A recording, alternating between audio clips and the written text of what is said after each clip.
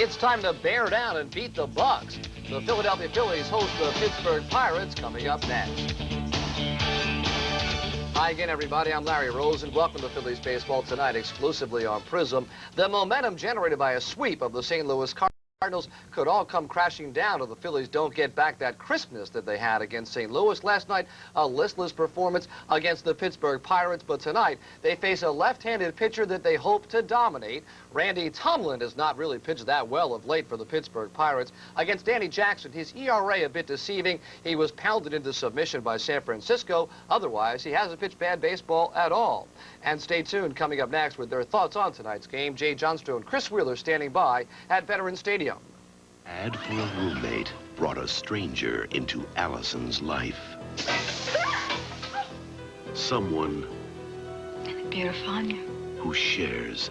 Well, it's kind of fun having a girlfriend again. Someone Do you guys know when you'll be back? who cares. Where the hell have you been? Someone who would kill to be her. Single, white, female. Hi, everybody, and welcome to Veterans Stadium. The Phillies and the Pittsburgh Pirates tonight, game number 2 of this 3-game series. And, Jay, when you look at the Phillies with their predominantly left-handed hitting lineup, you'd think they'd have trouble against left-handed pitchers. Randy Tomlin tonight, Steve Cook tomorrow. But for the most part, it seems like the Phils have done pretty well against left-handers this year. That's right, Chris. They've done excellent, 19 and 12 against the starters. But if you look at the Phillies, even though a lot of guys bat left-handed, you forget you've got Chamberlain, you've got Hollins, who's a switch hitter, you've got Duncan, you've got Jordan, and also now the new kid Stocker. So they've got some punch from the right side. And when they hit from the right side, it seems like some of these guys drive the ball out of the ballpark pretty good.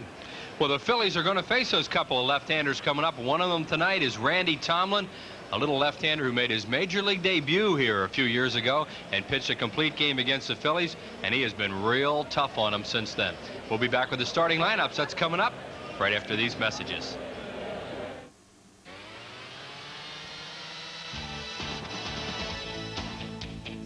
Phillies baseball is brought to you by Bud Light. If you want great taste that won't fill you up and never lets you down, make it a Bud Light. By your local Sherwin-Williams paint stores. The pros know. Ask Sherwin-Williams, a participating sponsor of Major League Baseball. By Mellon PSFS, the official bank of the Phillies. By Bell of Pennsylvania Yellow Pages. No other book can match it, a Bell Atlantic company. By Texaco. Save up to $5 by joining Texaco's Frequent Fueler Club. Visit your local participating Texaco location for all the details. Texaco, star of the American road. By Coca-Cola. Phillies baseball and Coca-Cola, always a hit, always Coca-Cola. By Cento Fine Italian Foods, the company that says trust your family with our family. By Pizza Hut. Call Pizza Hut Delivery now and have your pizza by the 4th inning. By Jiffy Lube, America's favorite oil change. And by Independence Blue Cross Personal Choice, the health plan that controls costs, not people.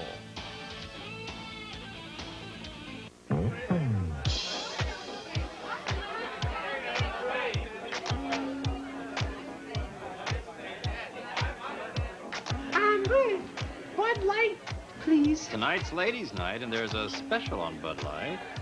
Oh, really? If you want great taste that won't fill you up and never let you down, make it a Bud Light. Oh, no, it's Ted from accounting.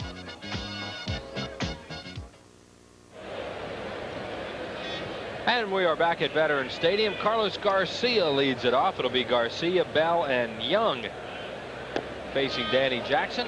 And the pitch of the ball, second pitch of the ball game. It's 2-0.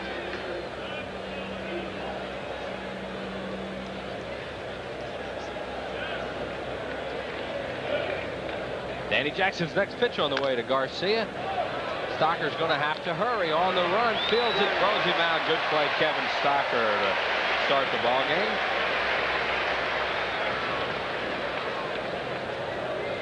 And here's your Sherwin-Williams starting lineup. Garcia, Bell, and Young. King, McClendon, Merced, Slot. John Wayner playing in center field tonight, and Randy Tomlin will pitch for Jim Leland. And for the Phillies, Hollins, Stocker, Duncan, and Jordan on the infield, in Cavilla, Dykstra, Chamberlain in the outfield. Dalton again behind the plate, and the left-hander, Danny Jackson, on the mound. Danny Jackson coming off a loss to the Giants in his last time out. Against the Pirates this year, He is 1-0, beating Bob Walk 5-1 on May the 10th here at the Vet, pitching 8 innings. There are the overall numbers on Jackson, who pitched a half a season for the Pirates last year. Grounded to third. It's a fair ball. Hollins throws. Got it. Play by Hollins. So the Phillies have come out with 2 good plays in the infield here in the first. My, oh my, oh my. That's a once-in-a-lifetime one there. Look at this play, folks. There's no way a normal mortal gets this one. Body going towards the tarp. Look at that off balance. Bounces the ball over there. And he one-hops Jordan on the bag. Well, Danny Jackson's thrown a couple of ground balls, and he's gotten Garcia and Bell. And here's Kevin Young playing at first base. Young making his 82nd start at first this year. He's also played 1 game at third base. Orlando Merced was the first baseman quite a bit last year, and he's played almost exclusively in right field. Jackson breaks his bat, and it's a base hit. Danny Jackson made a great pitch to Young. You heard the bat shatter, but he got just enough on it to loop it out into the outfield, and it was cut off by Duncan.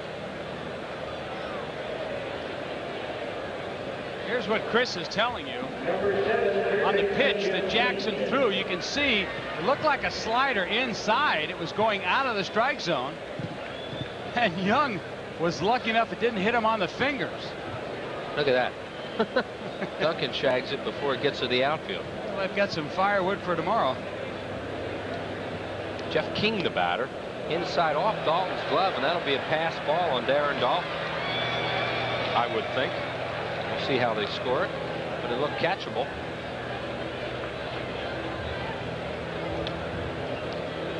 Big breaking pitch, and you can see Dalton maybe was fooled by the pitch, because you can see Dalton also did not shift with it.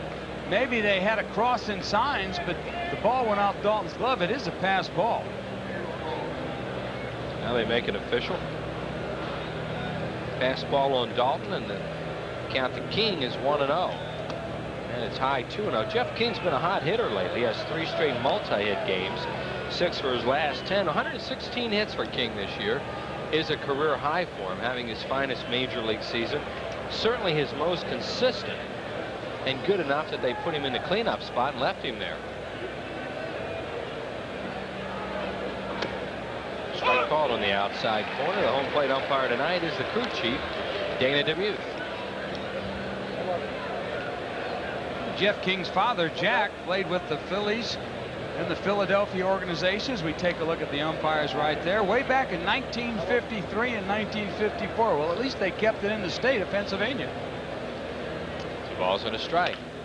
Grounded weakly to second. Duncan has it. Throws him out.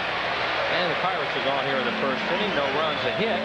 No errors, and 1 man left on base. No score after a half inning. Yeah, you're right, Judd. There's no beach traffic. Easy. I want out. There's a Coke machine. Man, I'm so hot. You certainly are. Hot as in sweaty. Hey, so crank on the AC. Air conditioning is for the weak, like yourself. I'm sticking to the seat like yourself. That Please dog is don't. moving faster than we are. All you guys ever do is complain. Your shoes are pretty. Could someone please fan me? No. Coca-Cola, anyone? Yeah. Thank you, Alan, for serving a purpose in my life for the first time. Well, You're very welcome. #1 in America. Only your Quality Plus Ford dealer has the #1 selling car in America, the Ford Taurus. For a limited time, drive the Taurus for just $249 a month for 24 months. Loaded with value. $249 per month is a great payment on Taurus. Hurry, it's only available at your #1 selling Quality Plus Ford dealer. 5 of the top 10 sellers, all American built quality. See your Ford dealer today. Get behind the wheel and turn the key. And your Sherwin-Williams starting lineup tonight for the Phillies, managed by Jim Fregosi. Lenny Dykstra in center field. Mariano Duncan at second. Ricky Jordan at first. His Kruk's not ready to go yet. Dave Hollins, the third baseman. Darren Dalton behind the plate. Pete Incaviglia in left. Wes Chamberlain, the right fielder. Kevin Stocker, the shortstop, and on the mound, a left-hander. 8 and 8 on the year, Danny Jackson. And then for the 8th-year manager, Jim Leland. On the Buccos defense, Jeff King at third, Jay Bell at short, Carlos Garcia at second, Kevin Young at first. In the outfield, Lloyd McClendon, John Wayner, and Orlando Merced behind the plate. Sluggo, Donnie slotted on the mound. Another left-hander, Randy Tomlin. Randy Tomlin is 5'10". He's a 170-pounder, born in Bainbridge, Maryland. Pick number 18 by the Pirates in June of 1988. Won his major league debut here at Veterans Stadium on August the 6th. First game of a Troy-night doubleheader. He won 10-1 that night. Up there is the Gulf Oil Airship, piloted by Peter Buckley. Back for the game tonight as the winds have died down a little bit, and they will provide those beautiful aerial photographs for us throughout the ball game. And here is a beautiful hitter for the Phillies, Lenny Dykstra, leading the league in hits with 125, the majors in runs with 96, and second in walks at 89. Well, I don't know if you want to classify him as beautiful, partner. He might take a little offense to that, you know. His game. Oh, his game. Oh, okay. Well, that has a lot more to do with it then. Lenny at 306. He had gotten it up to 309 at one point. Line drive down the right field line. Hits a fair ball, bouncing off the wall. Merced grabs it, and Lenny Dykstra has his 30th double of the year. And just like what you were talking about in the pregame show, partner, the fact that even though this is a predominantly left-hand hitting lineup, the Phillies left-hand batters really stay in well against left-handed pitching. And on this pitch, Dykstra weight back, perfect swing, lines it down the line. Lenny with those 30 doubles, second in the league, only to Dante Bichette of the Colorado Rockies, who has 32 of them. And Mariano Duncan, the batter, at 270, and he'll try to hit it to the right side, get the Phillies an early run. Duncan's batting .357 lifetime against Tomlin with a homer. And he has 9 career homers off the Pirates, most that he has against any other ball club. He bunts it, and it's a good one. Tomlin on it quickly, flips it to Young, the first baseman. Sacrifice 1-3 as Dykstra moves over to third base. Well, Duncan wanted to make sure he got the job done here. Phillies are trying to draw first blood, so Duncan gives up himself and makes a beautiful bunt down the first base side. So Dykstra third. Phillies have a chance on and out or a hit to get a run. For Ricky Jordan at 271 with 10 runs batted in. Jordan lifetime against Randy Tomlin 1 for 5.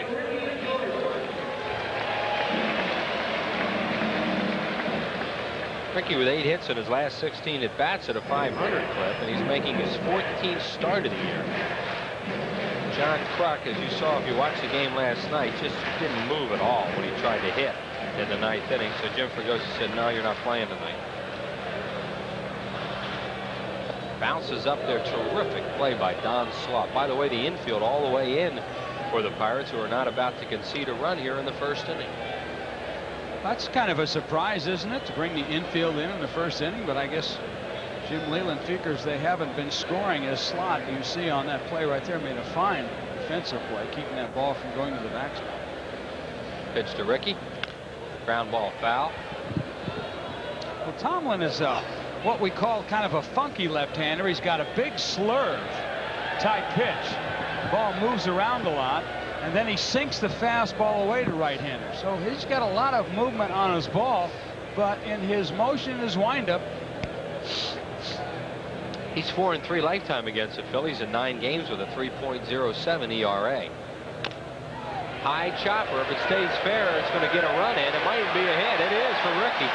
Ricky Jordan picks up his 11th RBI on the year and a high chopper to third.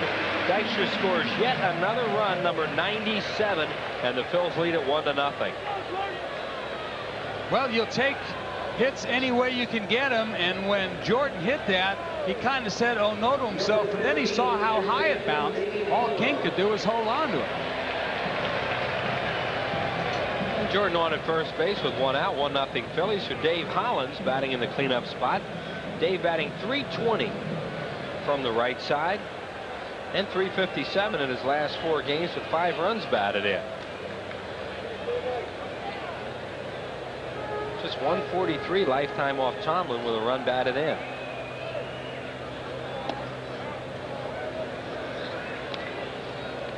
Tomlin's 1-4 in his 5 road starts this year, and he's not pitched into the 7th inning on the road. He's lost 3 out of 4, 6 out of 8, and was blown out by the Braves in his last start Sunday at Three Rivers Stadium. That's the game where Jim Leland was so upset. Got on his club after that, said they'd been embarrassed by Atlanta. Hollins hits it to right field and Shoxley to second base. Garcia has it. He got jammed and a pop up to the second baseman. And there are 2 outs for Darren Dalton.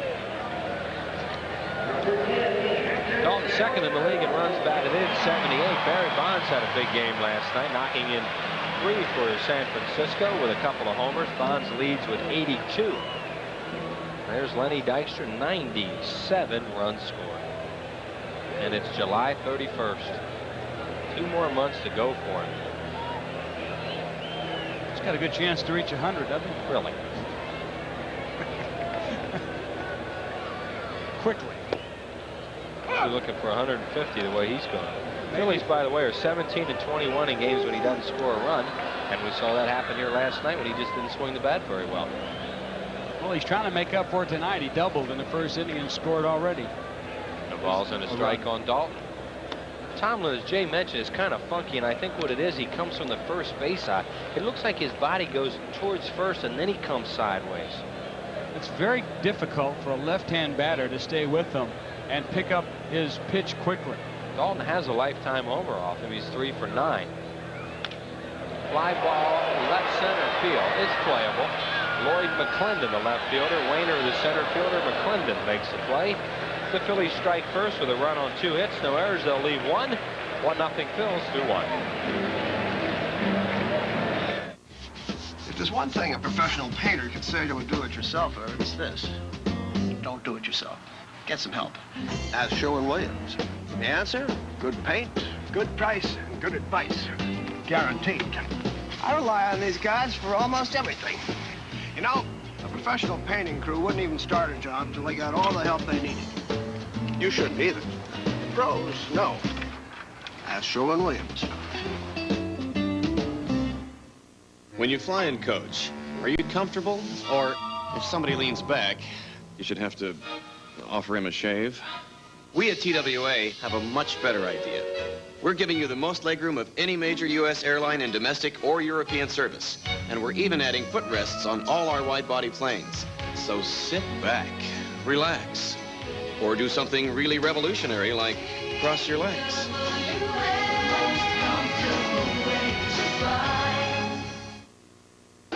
There are lots of ways to have fun at a baseball game besides the game. Now, the games. The Phillies give Colorado a Rocky Mountain Low Monday, August 23rd and Tuesday the 24th at 7:35 and Wednesday the 25th at 12:35 in a business person special. Then Cincinnati turns red Friday, August 27th at 7:35, Saturday the 28th at 7:05, and Sunday the 29th at 1:35 when kids get a baseball jacket free. Call 463-1000. Hey, do you like Italian food? Well, you gotta love Cento, and a big reason is Cento's donating $200 for every Philadelphia Phillies home run this year already. They've donated over $20,000 to the Philadelphia Child Guidance Clinic. And by the way, if you happen to like Italian food like me, go to your local grocery store. Look on the shelf. There's over 100 fine products by Cento there. Danny Jackson to Lloyd McClendon leading it off. McClendon has had good lifetime numbers against Jackson, one of the reasons he's played tonight. He's only a 189 hitter, as you see, but lifetime against Jackson, 8 for 16. Nice, cool 500 average.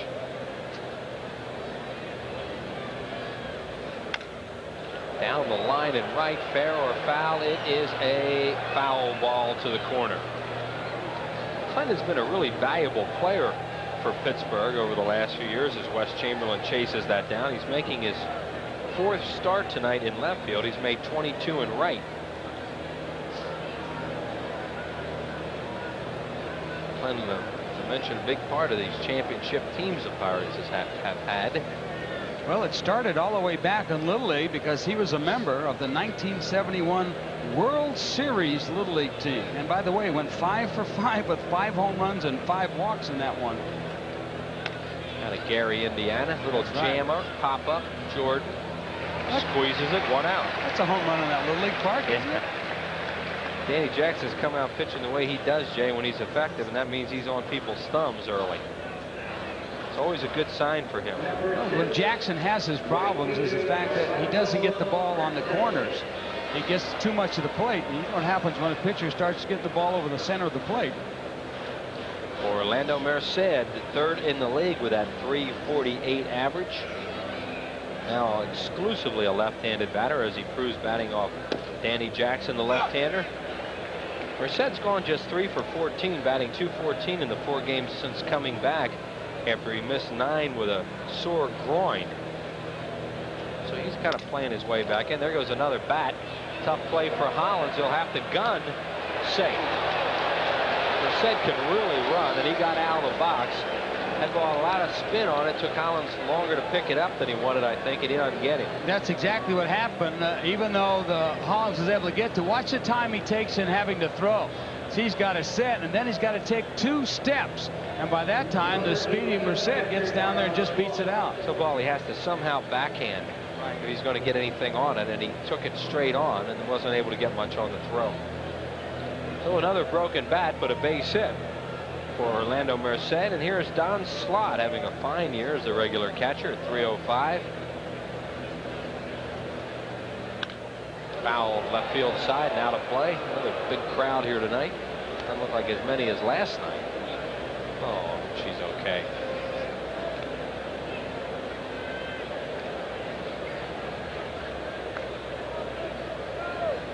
Slott's a hot hitter. .438, 7 for his last 16. Making his 73rd start tonight behind home plate. Grounded towards second. Duncan's going for the lead man. Got him. That's all they'll get. Not a double play ball, and Merced made sure as he came in hard at second, and he's holding his left thumb kind of gingerly. If you see Merced going into the dugout, it looked like he might have hurt his left hand a little. That's a good, clean, hard slide because Stocker had notions of throwing it.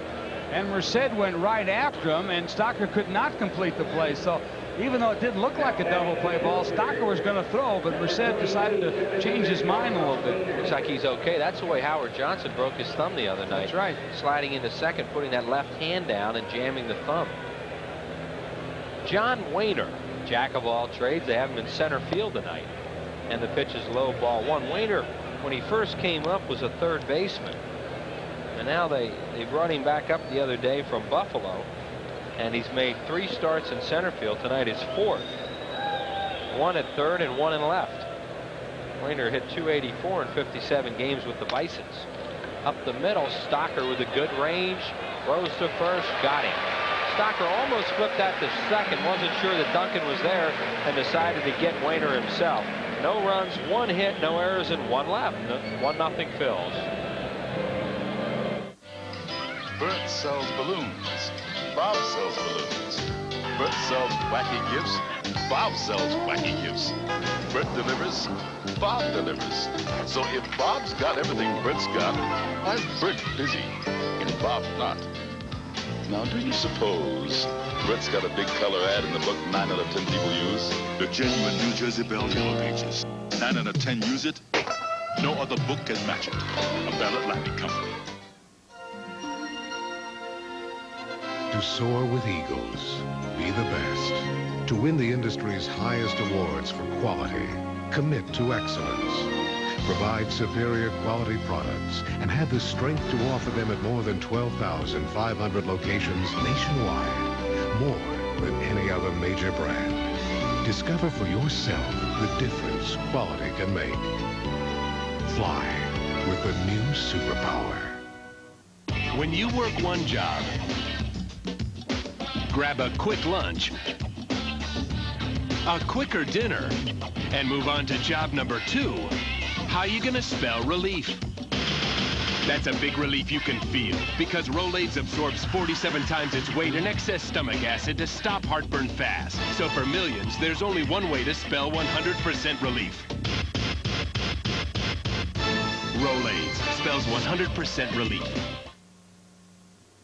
It's the last business person special of the year. Wednesday, August 25th at 12:35. The Phillies play the Rockies, and all fans get a handsome poster featuring all the Phillies pitchers' compliments of Mel and PSFS. Call 463-1000 now. It's the fourth of 5, the midweek baseball special. A great way to spend an afternoon. It's business person special number 4, Thursday, August 12th at 12:35. It's the last game with the Expos at the vet this year. This day is compliments of Mellon PSFS. Make your plans to come out early. You can order your tickets by the number right on the screen. See the date, August 12th, 12:35, against the Montreal Expos, the business person special number 4. And they are a lot of fun. We had a huge house here the other day when the Cardinals were in town. 2 more to go. That one Jay talked about with Montreal, and then the Colorado Rockies later on in the month of August. August comes upon us tomorrow. That's right. Pete Incaviglia, the batter. Inky takes low. He has good lifetime numbers against Tomlin, 6-for-11 at 545. 55,000 at our last business person special, so make your orders now, folks, because they sell out quickly. Pete's 13 homers and 54 runs batted in. Topped all of his totals in those categories for last year. Been a little bit of a slump lately, and Philly's trying to get him going. Just foul down the third baseline. Had one like that the other day, as Jerry Lane calls it, foul. He got himself a hit. Inky really turns on this ball. It's a breaking ball, as you can see, and Tomlin got too much of the plate. And Incaviglia with the bat head way out in front smoked it, but just fouled. Tomlin inside with a fastball. Happy anniversary tonight to Jim and Sue Chambers. Vacation at their summer retreat in Wildwood. That comes from the boys and girls at the Tasker Tavern in South Philadelphia. Deep to right field. Way out of here for Incaviglia. A long home run. That's for the boys and girls at the Tasker Tavern, and for Jim and Sue Chambers. Pete Incaviglia just hit a home run for your anniversary. His 14th of the year, way out of here to right 2-0 Phils. And with that, Cento gives another $200 to the Philadelphia Child Guidance Clinic. On the year, a grand total of $20,600 so far. That's the Phillies' 103rd home run on the 1993 season. A breaking ball up, out over the plate, and Incaviglia just waits back, and the body by Jake really unloads on this one. Boy, did he hit that. That's a monster home run the other way. That ball went out of here screaming. Ouch, ouch. To the opposite field, no less. See Incaviglia really stay with that, too. As I mentioned, he has great numbers off Tomlin. He obviously sees this left-hander well. Well, also, it was a pitch that in the area that Incaviglia likes, too. A breaking ball coming back into him, up and out over the plate. That's 3 homers in his last 3 games surrendered by Tomlin as Chamberlain beats 1 to third. And he's cut way down on his home runs allowed, has Randy Tomlin. Just 6 home runs now in 72 innings. Chamberlain grounding to King, 1 out here in the second. Happy birthday to Buddy Mazza from Southwest Philadelphia. Hank Maxwell, he's 33. And Bernard Weigel from Gibbstown, New Jersey, he's 80. Happy birthday from all the people here at Prison to you folks.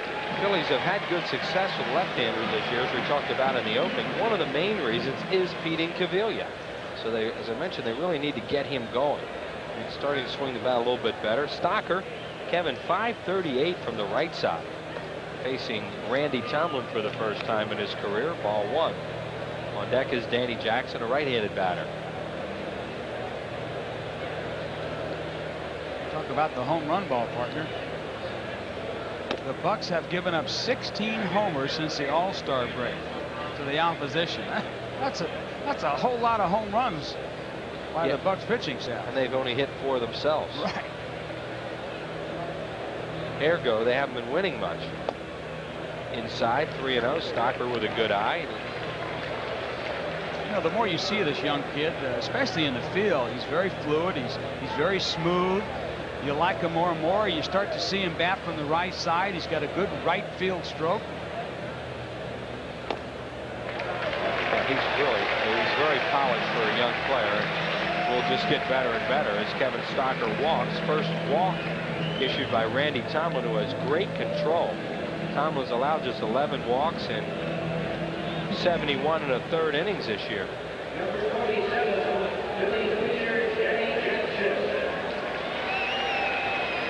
facing pretty good control pitchers this week. Now Lenny Dykstra, as hot as he is, see if Jackson will try and bunt him over. Him being Kevin Stocker, and Jackson is around to bunt. And he fouls it at the plate. Slot throws it to second, but it's a foul ball. And Slot wants to know why.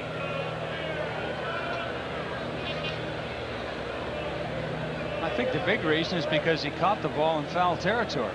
I mean, that's usually the best reason. You know? We'll see. The ball's bunted right there, but Slot is in foul territory.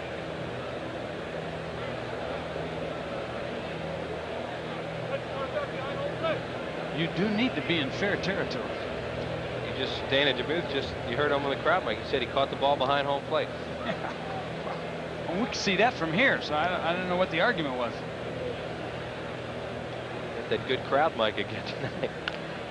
Nice bunt by Jackson. The first baseman will have to field it, and Young throws to Garcia covering.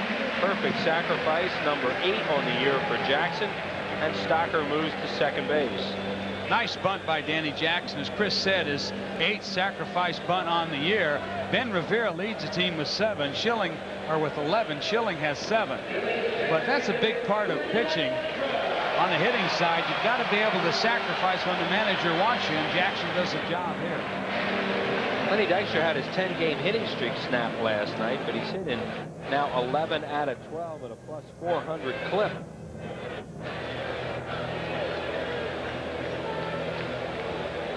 And he scored 26 runs in the Phil's last 25 games. And 53 runs in 52 games. 54 runs in 52 games. There's a breaking ball from Tomlin, misses.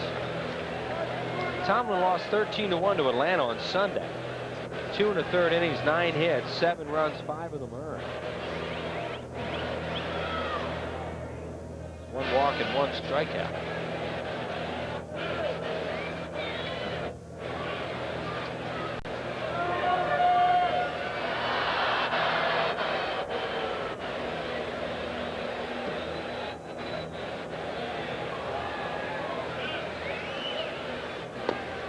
Strike call to Dykstra. Happy birthday tonight to Gary Miller of Flowertown.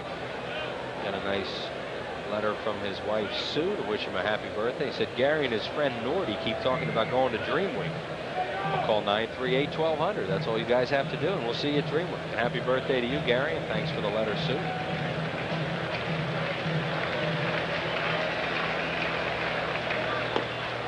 Strike 2 call to Dykstra.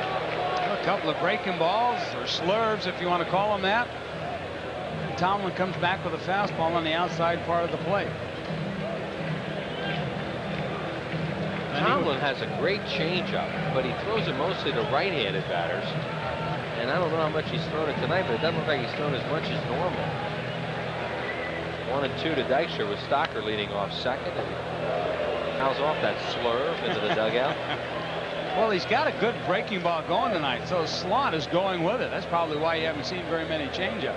He's got a big break on it, and the ball, what he'd probably do is just change speeds with that breaking ball. He looked like he really took something off that one there. Dykstra hit it off the end of the bat, into the Bucks dugout. Phillies with a run in the inning on Incaviglia's opposite field homer, lead it 2-0.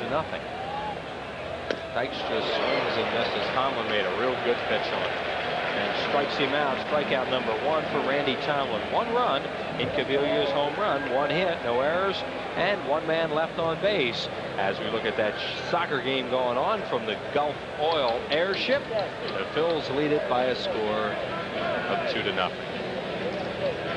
Come on, let's get a cold one. Our total attendance for today's game. Oh, would you look at this beer line? I'm gonna go back. What?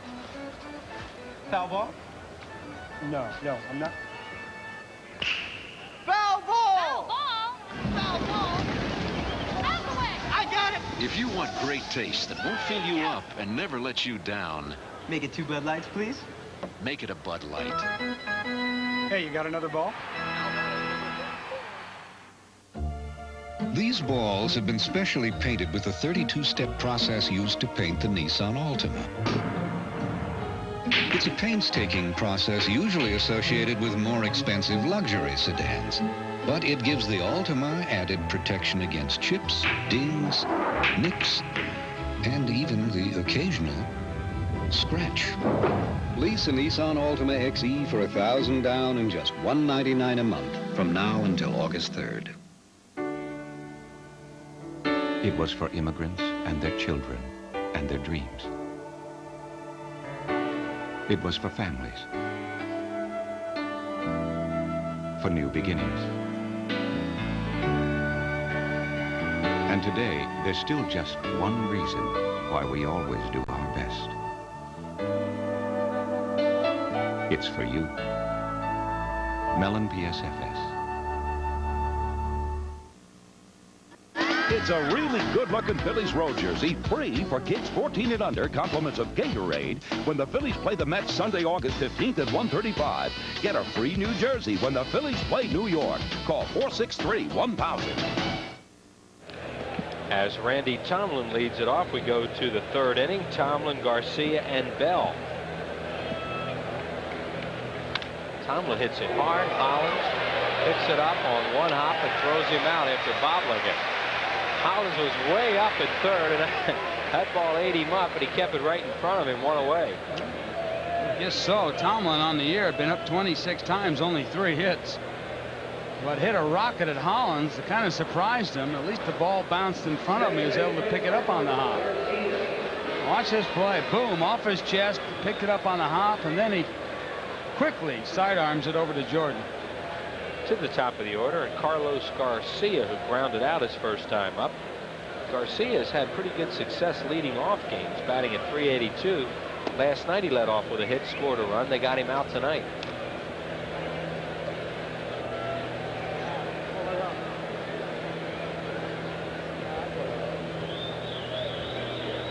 Garcia grounds one to Stocker. He's got to back up on a short hop, low throw, and he still got it. Oh, he got caught in between then, and he couldn't get it on the first hop, and then had to throw flat-footed. Good pick by Jordan. Normally, you don't get anybody in that. Watch how he's got to back up. What he'll learn eventually is to use the turf a little more. He short-hopped Jordan, but Jordan stayed right with it and made an excellent scoop. So Jordan saved Stocker an error there. Yeah, he was trying to throw that on the fly is what happened, and he didn't get it there, throwing off his heels. Oh, actually, nice play all the way around. Everybody. A lot of ground out so far. 7 of them.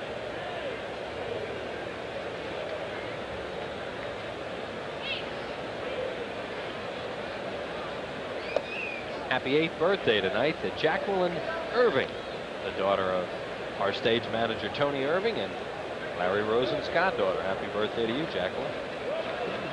Big Phillies fan in attendance tonight. We say hello to Matt Eastlack. Jay Bell with a line drive base hit to right field. He's got a nice swing to right field, doesn't he? Just kind of waits back, and if the pitch is inside, he just kind of inside out the ball and pushes it. I'll show you this pitch right here. Check where this ball is. It's starting to come in. It's really caught a lot of the center of the plate, but Bell was just going that way, and that's a 7-game hitting streak now for Jay Bell, batting around .460 during that streak. 5 multi-hit games. He's the best fielding shortstop in the league.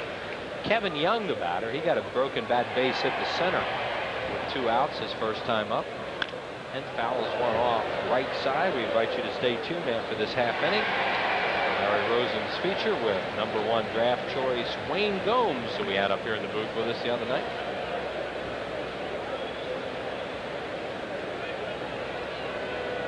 Welcome to Ed Norino from Middleburg, Pennsylvania, attending the game tonight with a group of friends.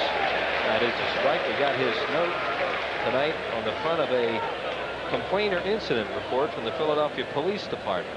Well, one way to get it.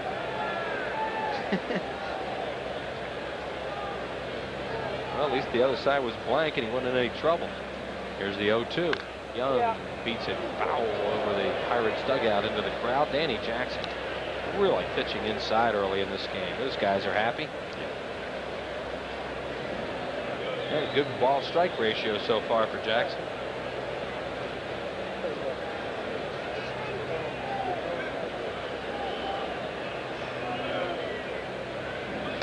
way outside. 1 ball and 2 strikes. On deck is the cleanup batter, Jeff King. Kevin Young, there's King. Kevin Young, one of the 10 rookies on this ball club. They're really happy with this kid. In fact, last year, he led all of the Pirate minor leaguers in batting, runs, hits, and on-base percentage. Terrific year with Buffalo. So very happy with this young 23-year-old kid out of Kansas City, Kansas. 10 rookies, Jay, is a lot, you would think. Second only to San Diego's 11. However, Florida and Colorado also have 10. So those are the 4 really young teams in this league. Yeah, but there's a reason why Florida and Colorado have 10. I mean, for this club to have 10, that's a story. And San Diego is another story, and it's the markets they're in. That's right.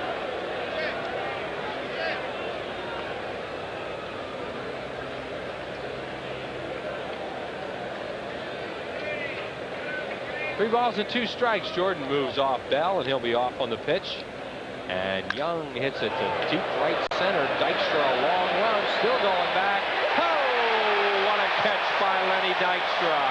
He got a great jump on that baby and just outran it. Dykstra with a terrific play to end the inning, and the Pirates get nothing. We see Dykstra going back, and one time he looked for the wall. He knew exactly where it was. He knew exactly how much time he had before he had to hit that wall, and he reached up and made the play. Fine play by the Phillies center fielder, Lenny Dykstra. Time now for Mining the Minors. Brian Rosen introduces us to Phil's #1 draft pick, the recently signed Wayne Gomes.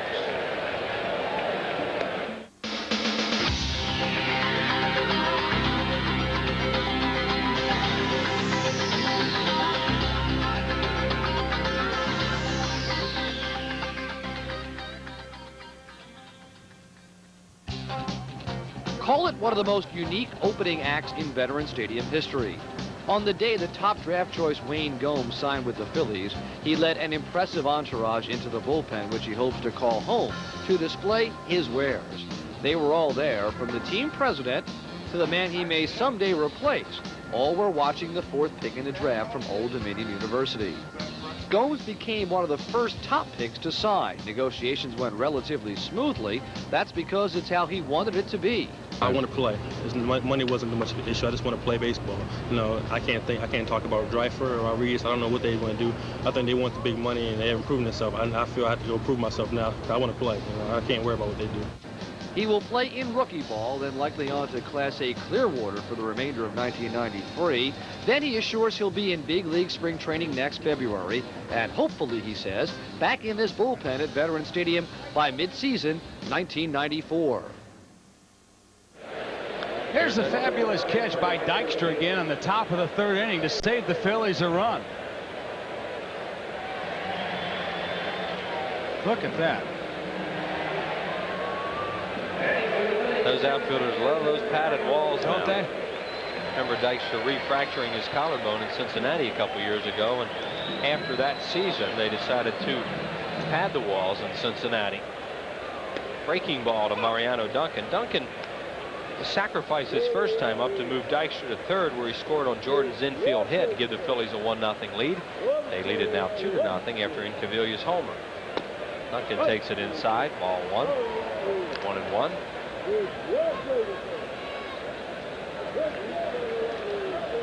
Warm wishes to Jack Rooney from his son Steve, who's having a bachelor party here tonight at the Vet. Great That's a heck spot of a for play. that, huh? Yeah. Oh, back through the middle and a base hit. That looked like a changeup. And Duncan went out and got it and almost got himself a pitcher. Tomlin was trying to come inside on the first pitch to Duncan. Watch this pitch. He took something off it, Chris, but he got it too far out over the plate. You know Duncan likes to go the other way. Just rifled that ball right back at Tomlin through the middle. And it was a breaking ball, not a changeup. It was just a hanger out over the plate. Yeah, didn't break much. Tomlin just not using his changeup much tonight, and that's the way we've seen Tomlin over the years of the Phillies' right-handed hitters, is throwing a lot of changeups and being very effective with it. Jordan, the batter, ripped to left field and a base hit. McClendon gets it on a big hop. Duncan stops at second. Phil's in business. 2 on and nobody out here in the 3rd inning. This is what happens when you go around the second time and you've already seen the pitcher once. Jordan, knowing that Tomlin is using a lot of breaking balls, waited on that breaking ball, and this one got a little bit more inside, and he just rifled this one to left field. So the Phillies have been paying attention on the bench. They've been seeing all these breaking balls that Tomlin's throwing, and they're looking for them. Hollins popped up as second his first time up. Pirates play their infield a double play depth. Garcia shaded well over towards second. And the ball is low. Yeah, I just don't understand. You know what? Maybe he's gotten hurt on that changeup a lot lately. But over the years, Tomlin has worn the Phillies out with that pitch, Jay.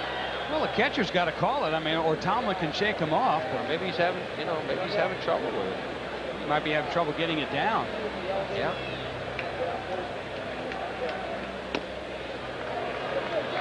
Say hi to Josh Donahue watching the game back in Tamaqua. Those regards coming from Paul Wetero and grandson Dante Angeles.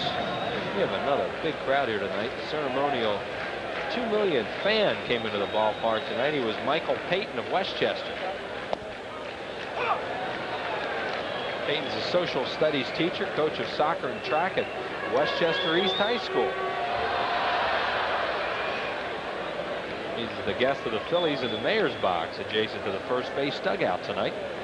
And he received a bat signed by John Kruk, a dozen roses from Bill Giles. That's for his wife, Sandy. And a trip for two to Barbados, compliments of American Airlines. And they'll stay at the Wyndham Plaza Hotel there. Oh, great. That's terrific. It's great to see the Phillies get to their 2 million fan this early as we have a little conference on the mound. That normally means that they're going to change signs when that happens, when the infielder comes in. Well, the brand new gift for kids 14 and under is a gray road jersey. It looks just like the Phils. And on Sunday, August 15th at 1:35, all kids 14 and under receive one. Compliments of Gatorade. It's called 463-1000 for your tickets. Come on out and see Dallas Green and his exciting on and off the field New York Mets. 2 balls and a strike to Hollins. Grounded to third. It could be a double play. Jordan with a good slide. Out at first is Hollins. It's a double play. Boy, they turned that nicely. Well, they're one of the best in the National League. Hollins hit the ball just right to King, and King got it over to Garcia, who quickly turned it. If you go down, Pittsburgh, who leads the National League in defensive play, has 104 double plays on the year. The only team that has a better double play record is the San Francisco Giants with 124.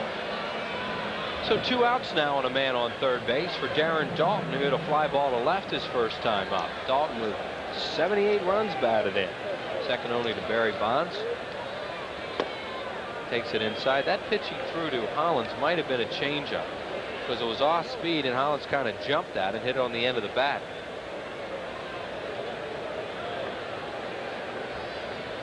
Randy Tomlin. Dalton fouls it over the Phil's dugout back into play. Tomlin lifetime 29 and 27 as the Phillies 1-2-3 in the league in walks.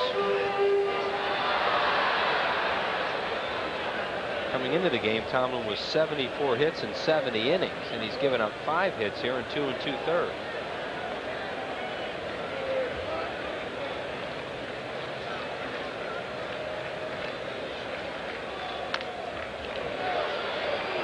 Young will look for Tomlin. Oh, that was close. He just barely got there in time to beat Dalton. So the Phillies look like they had a promising inning, get nothing. No runs, 2 hits, no errors. They'll leave 1. 2-0 Phillies after 3.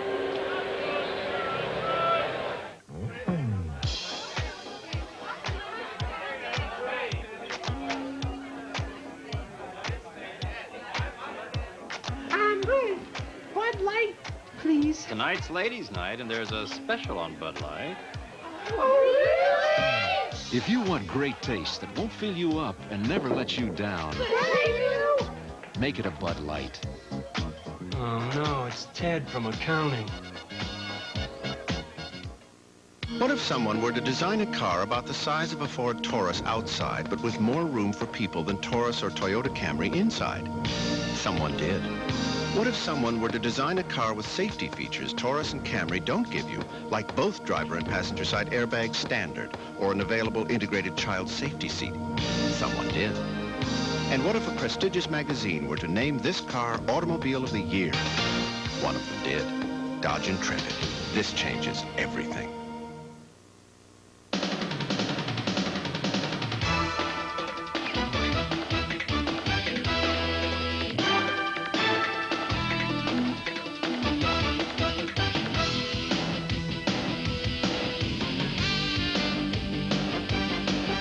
If you've got a group of 25 or more, we'll give you a great time at a Phillies game. For all the details about a special package for your group at a Phillies game, call 463-5000. And back at the vet live with Gary Maddox, who joins us here. Lenny Dykstra just made a great play on that ball into right center. I'm sure you can appreciate that. Oh, definitely. Not only me, but I'm sure the fans and his teammates in particular, because Lenny Dykstra is a spark plug of this team. He started it off with a double in the first inning, and then a defensive play like that. Hey, guys, let's go ahead and get this thing going. It's time to tune it up a notch. Great jump, great concentration all the way. Worry about the fence when you get to it. That's what he said on that play. Nice play. Let me ask you something about the way the walls are padded now. You had very little of that when you played. Does that make a difference in the way you approach balls like that? Well, it does in the sense that in the end you're not going to get hurt. But when you're going back for a ball like that, you never think about the condition of the fence, if it's padded or not.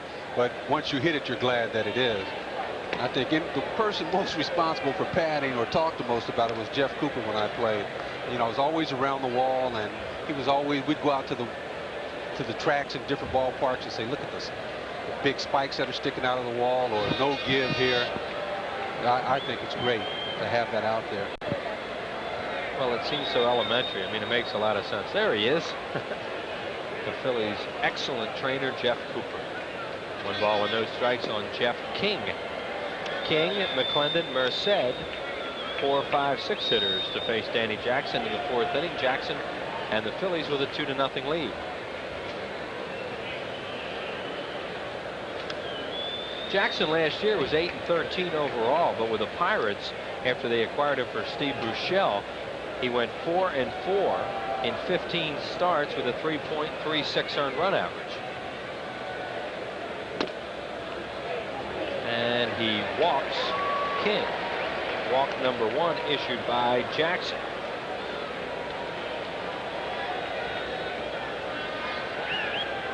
And that'll bring up Lloyd McClendon. He popped up to Jordan his first time up.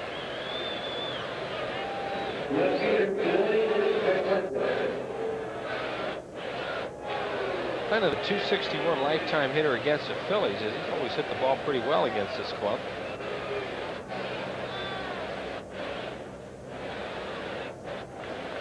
There they go. Looped in the left center field. A tough play, and they're not going to get there. King stops at second, takes a big turn, and will hold there. They played hit and run, and McClendon got jammed on it, just kind of floated it out into the outfield. Well, it's a ball you'd like to see caught, but it was placed right in between the 2 outfielders there. It hung up there for quite a while. I don't know what happened, but King took off McClendon a big swing, but got jammed on it. I think that probably froze the outfielders more than anything. Incaviglia coming on, realizing he can't get it, and then backs off of it. Dykstra was coming from the other side. They both kind of just surrounded it, but neither one were able to get to it. So the Pirates have a similar condition the Phillies just had. 2 on, nobody out. Phillies got nothing out of it. Merced, the batter, an infield hit his first time up. Bunting. Interesting. I think the only reason why they were considered bunting in that situation is that he is hitting left-handed. Yeah, at .351 now, he is the 2nd hitter in the league, only behind Andres Galarraga's .392. I talked to him a little bit before the game, and he said, yeah, he's committed to left-handed all the way. He's still making some adjustments there, but I think that's why he's really looking to bunt in this situation. And Jackson runs a 2-0 count to him. Now, if there was a time the manager was going to take off that bunt, it'd be right now when he can predict that Merced's going to get a fastball and a good pitch to hit. So it'd be interesting to see if they leave the bunt on in this situation. Guess how many sacrifices he has this year? Probably none. That is correct. Not called on to bunt much with that average. 2 balls and no strikes. Hollins coming up at 3rd. Jordan stays back, figuring he's not going to bunt, as Gary said, and he doesn't. He swings away. Jordan was all the way back that time.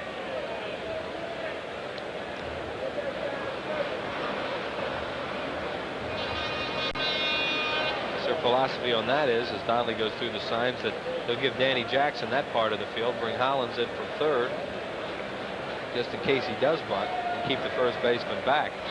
2-1. Now he is around a bunt, and he bunts it down the third base line. They're going to let it roll, and it's foul. Well, his not sacrificing shows, and that he's bunting and running. A sacrifice, you stay there. He turned around early and gave up the fact that he was bunting. No problem with that, but don't start to run before you bunt the ball. Stay there and try and put it in a good location. All right, this is okay if you want to give it up, but you then have to make sure you make a good bunt. And there he's kind of moving towards first base and trying to bunt the ball down the third baseline. Stay there and make sure the ball's put in play. We know he won't be bunting now. Nope. 2-2. King at second, McClendon at first, nobody out. We're in the fourth, and the Phils lead at 2-0. Broken bat looper into center field, a base hit. Pirates are going to have him loaded. They'll hold King at third. How about this inning? A walk, a bloop to left, and a jammer to center, and they're loaded with nobody out. Boy, did he make a good pitch on Merced. He did, and you know, in this situation here, Merced has to be looking breaking ball or thinking it in the back of his mind. Danny Jackson, a good fastball in on him, jams him, and what can you do? He fights it off for a base hit. Notice he kind of thinking the same thing we were on that collection of hits and walk. So now the Phillies are into damage control. They'll play the infield back at double play depth, hope for a double play ball, and give up just one. Don Swart grounded to second his first time up into a fielder's choice. That was hit number 5 for the Pirates. The hits are even. That's at least 4 broken bats tonight from Pittsburgh. Danny Jackson pitches some strange games. Ground ball to second. That could be 2. It should be 2. They'll get it. Stocker gets smoked by Merced at second. It turns a double play, and there are 2 outs. A run scores, but they'll take that trade. I don't know about Stocker getting. I don't know how often they'll take this trade right here, where the guy goes in and gets nailed. Whew. But a double play looks good for Danny Jackson. Good pitch away. Can't take anything away from Slaughter. He hit the ball good, but Mariano Duncan was playing it just right. And Merced a hard slide into second. So Wainer the batter, with McClendon at third and a run in. See, with Duncan playing back behind the bag like that, you know, Stocker only has one angle that he can come at the bag, and as a base runner, you recognize that, see where the shortstop is coming from, and you got a good chance of getting a piece of it. He's got up in the air pretty well, still got a lot on the throw. Now the infielder's all the way back with 2 outs, and an 0-1 count on Wainer, who grounded to Stocker his first time up. Breaking ball and a good one. Hard slider from Danny Jackson. 0-2.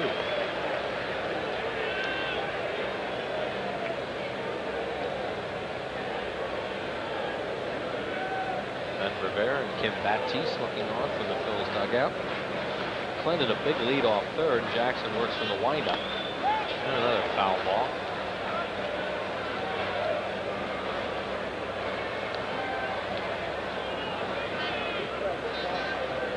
Couple broken bat singles. I mean, it's easy to get down. Jackson battled back, not worried about it. Go after the next guy. Got a double play ball, and now is closing in on getting out of this inning. Well, he really wants to get this 8-hitter out with an 0-2 pitch, and he should. Uh-oh, nobody's there. Here comes Jackson. Did he beat him? Oh, he got there. Ricky Jordan got caught in no man's land, and Danny Jackson made a heck of a play to save himself a run. Nice play by Jackson. In the inning, 1 run on 2 hits. They leave 1. Look at this athletic ability. Ricky Jordan going for that ball. Danny Jackson, a reception to go over to get to first base. Oh, baby, he might have been safe. We'll be back after this. Did you know Texaco puts System 3 in every grade of gasoline? System 3 gets high marks in every grade, which is a lot better than I ever did. My dad says Texaco puts System 3 in every grade. I'm in the 4th grade. Of course. That's why I always fill up with System 3. What do I look like? Don't say it. Visit your Texaco station. I can get the tires rotated, the car lubed, and still get home in time for the game. Mow the lawn. For unbeatable System 3 gasolines and so much more. Mow the lawn. Mow the lawn.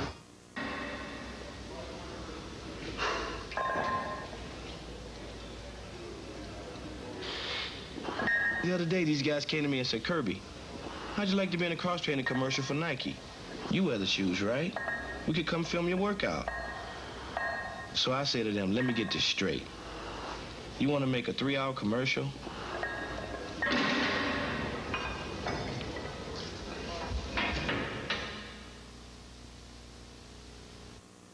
Darren Dalton, Madonna, Lenny Dykstra, Gina Davis, John Kruk, Rosie O'Donnell, Jim Fregosi, Tom Hanks, the Phillies, and the Peaches. The hottest teams in baseball. 2 teams in a league of their own, and only one channel's got them both, Prism.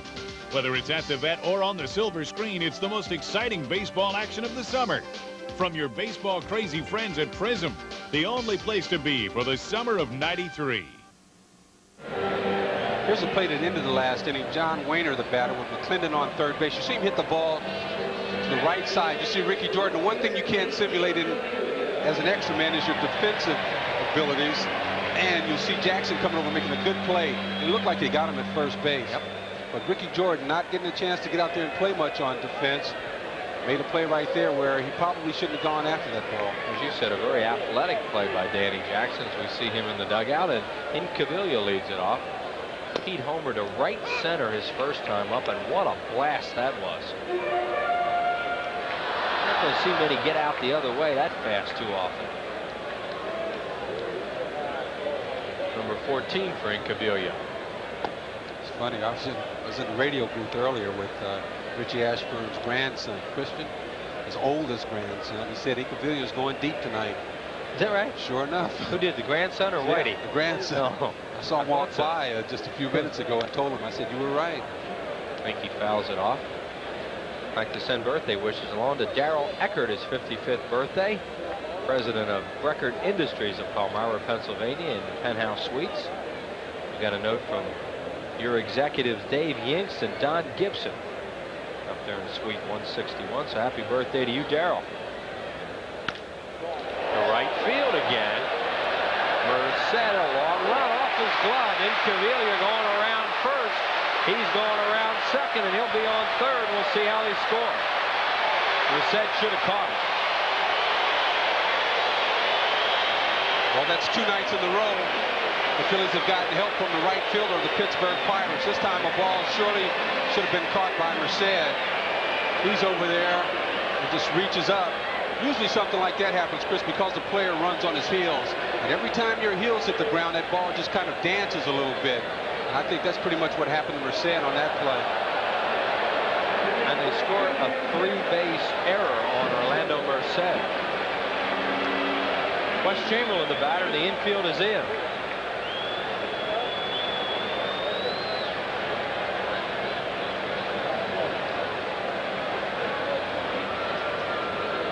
So the Phillies a chance to get the one back that they just gave up. They lead it 2-1. Nobody out in the 4th inning. Pitch to West, way outside. Ball 1 on deck is Stocker. Chamberlain batting in the 7-hole. Tomlin, he overthrew that ball, trying to now reach back and do it all himself. Just try and get out of the inning. If you give up a run, it's, you know, you have to cut your losses in this situation. Really missed with that breaking ball.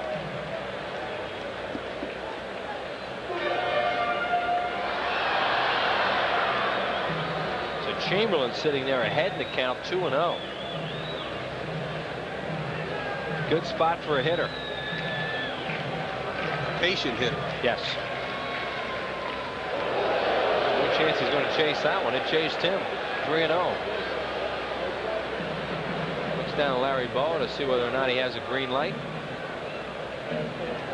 You see West playing mostly against lefties and doing a good job against them, struggling against right-handed pitching. But they've been in a basic platoon since he's come back off the DL, him and Eisenreich. 3-0 pitch on the way. Taking all the way over for a strike, 3-1.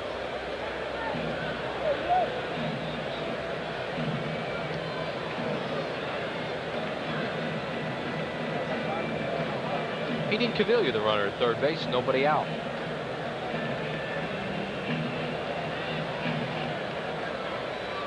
Chamberlain, a field. Back goes Wainer, still going back. It is, what is it? It's in play. It's going to be in play. Chamberlain is being held at third by Boa. He'll have a triple. Right off the very top of the wall. West thought it was a home run. I think a lot of people did, and I just waited. See the dugout's reaction. They thought it was a home run. And Fragosi's going to go out and have a word with the second base umpire, Relaford. I thought it was a homer, but, you know, there was no sign. It was definitely in the yellow. It looked like it was so close to the yellow you couldn't tell. Oh, yeah. Yeah, that was over. Now I'm going to talk it over. Let's look at it here. Yeah. That's a home run. Now all the umpires are going to get together and discuss this one. No matter what, the Phillies have a run in. It's 3-1, but it was a home run for Chamberlain. Well, I don't see who can call it any better than the second base umpire who was standing there looking at it. Looks like they're going to lose this one, the Phillies are. They have to. I mean, that ball hit behind on one of the those metal seats back there covered by the black tarp and shot back real fast. I don't know if it hit. It looked like it definitely hit on the yellow line right there. I don't know if it went behind it or not, Chris. And it was behind the fence. Think, huh? You think it did? I don't know. I see it hit right there. Well, that's hard to tell now. It is. Well, it's very good. It's hard to tell. I thought on the first replays it was a home run, and now it's hard to tell. We'll give Chamberlain a triple, obviously, his second of the year and his 28th run batted. Jim Leland's making his way to the mound, or Ray Miller, and there is activity in the bullpen for the Pirates.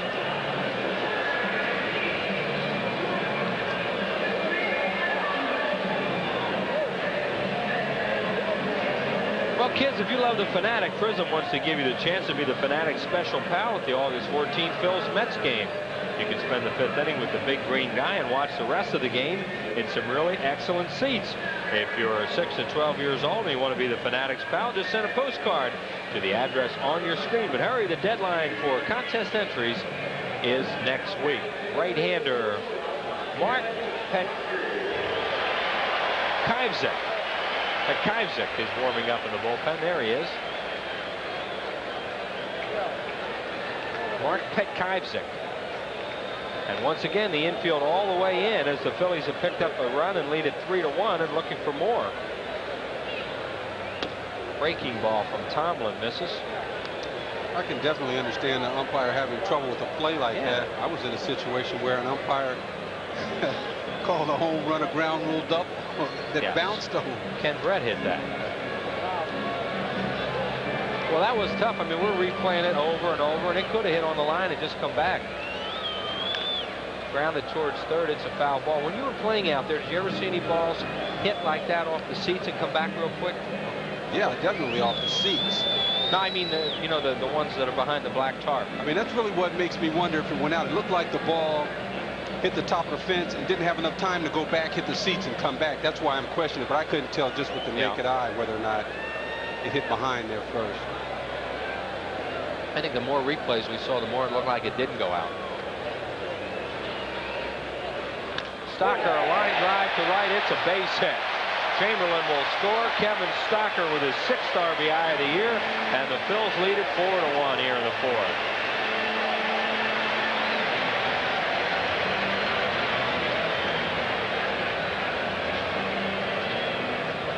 Stocker, fastball. Outside part of the plate. He nails it. Yeah, Merced was playing fairly deep on him, too. Has no chance there as it bounces in front of him. So the Phillies on a 3-base error, a triple, and a base hit by Stocker. 2 more runs. Jackson around to bunt again. And he gets it down again. Good bunt. Tomlin will have to field it. Flips to Garcia. Danny Jackson's 2nd sacrifice of the night, his 9th of the year. And Stocker moves to 2nd. Jackson helping himself. Good job getting the bunt down.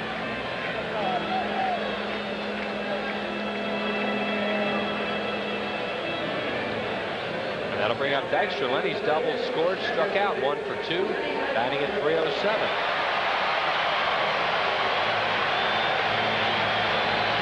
Boy, Jackson made a good play to end the inning, and the team has responded, come back, picked him up a couple of runs.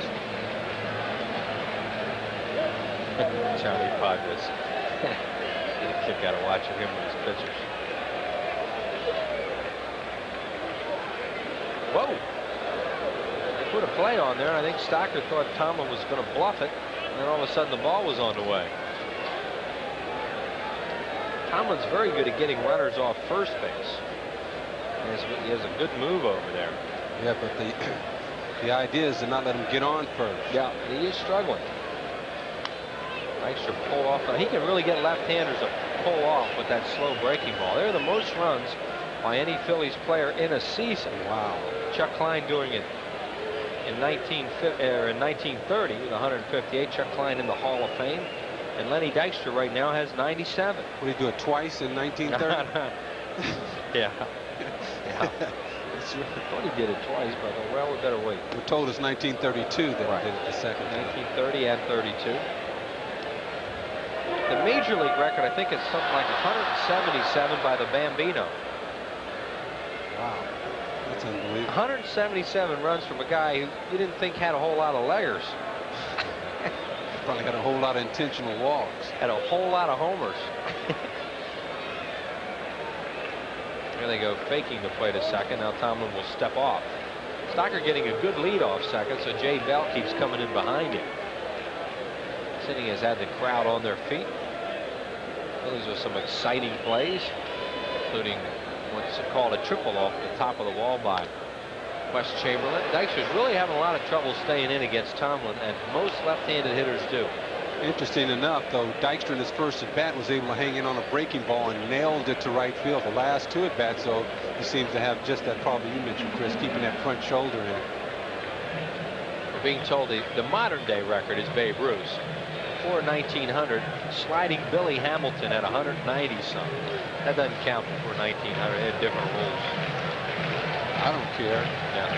Babe Ruth is the story at 107. Here they go again with Bell jumping in at second. Check that record book. I think Babe Ruth has a few of them. I would think.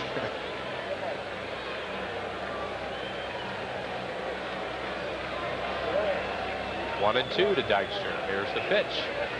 Throws that sweeping breaking ball again, and Dykstra fouls it away. He looks like he's starting towards first base when he comes a left-handed hitter. There's no looking like it to it. He is. He's definitely stepping across that line and throwing back across his body.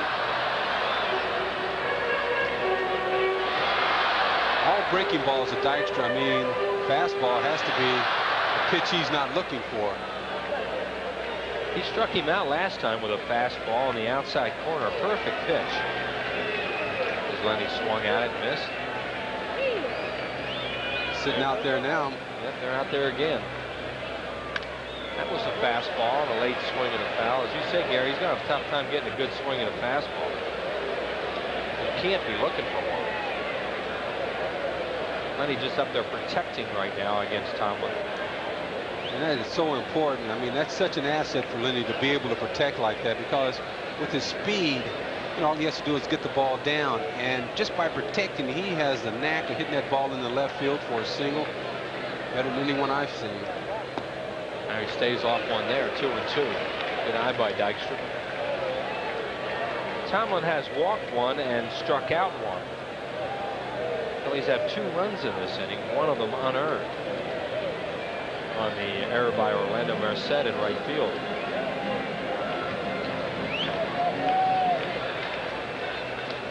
And Dykstra's seen that breaking ball. Looks like a little bit better now, and he's ball at 3-2. Well, still, he's not throwing it for a strike. The last 2 pitches that were balls, you know, Dykstra didn't offer at him. What Tomlin has done and what has hurt him tonight is when he gets even, he'll just rear back and throw that fastball right down the middle. We saw Chamberlain jump all over it in the same situation. 3-2 to Dykstra. Breaking ball, line foul, right field side, out of play. Tomlin got that one a little more middle in than he wanted. Nice grab by the people out there.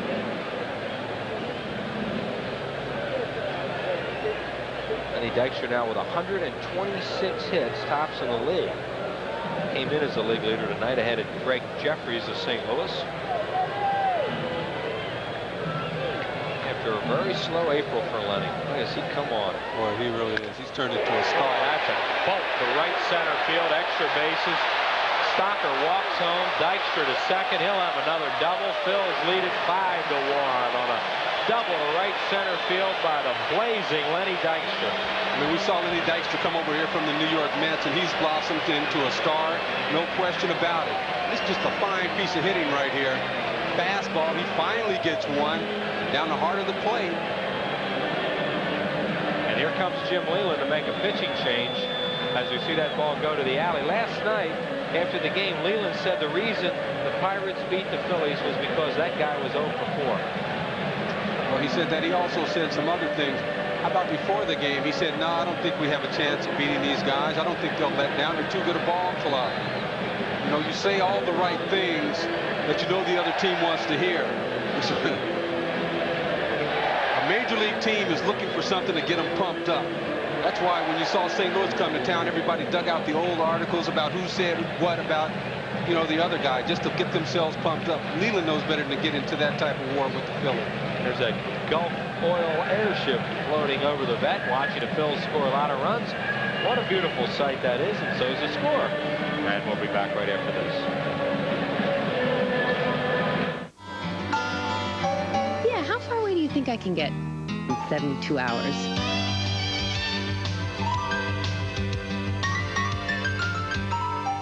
I wouldn't trust my car past the city limits.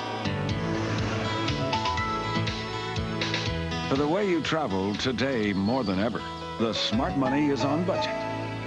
Plan a great getaway by giving Budget a call. You'll get great rates on great cars. The Smart Money is on budget. There are lots of ways to have fun at a baseball game besides the game. Now, the games. The Phillies give Colorado a Rocky Mountain Low Monday, August 23rd, and Tuesday the 24th at 7:35, and Wednesday the 25th at 12:35 in a business person special. Then Cincinnati turns red Friday, August 27th at 7:35, Saturday the 28th at 7:05, and Sunday the 29th at 1:35 when kids get a baseball jacket free. Call 463-1000. Upcoming games on the Phillies television networks. Tomorrow, the Pittsburgh Pirates will be on PHL 17. Then we go to Atlanta. And on the Tuesday night game will be PHL 17. Then Wednesday night, that dynamic duo of Kent Colby, Andy Musser on Sports Channel at 7:30 from Atlanta, Fulton County Stadium. That should be some series with those red-hot Braves who won again this afternoon. Here's the new pitcher, the right-hander Mark Petkizek, recalled from Buffalo on Monday. Has not surrendered a run in his last 4 outings with the Pirates. That encompasses 7 innings. He won his first major league game on June the 2nd at Colorado. At Buffalo, he was 3-4 in 14 games, 11 of them starts, with an earned run average of 4.33. Petkizek, originally signed by the Texas Rangers, was up with Texas briefly in '91. Was 0-1 in 4 games with a 14+ ERA. So the right-hander facing Duncan. This is the first time the Phillies have ever seen him. In fact, in the press guide, he is back in the minor league section. He was not in camp with the Pirates this year, neither on the roster nor as a non-roster player.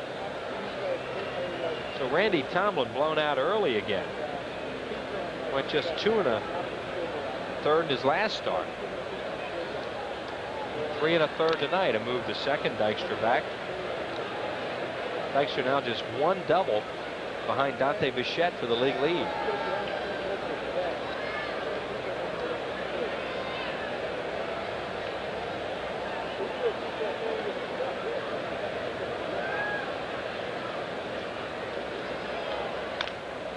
I'm going to say this guy Mark's pitch. Use his first name. Fouled away, 1-1. Lenny Dykstra on at second.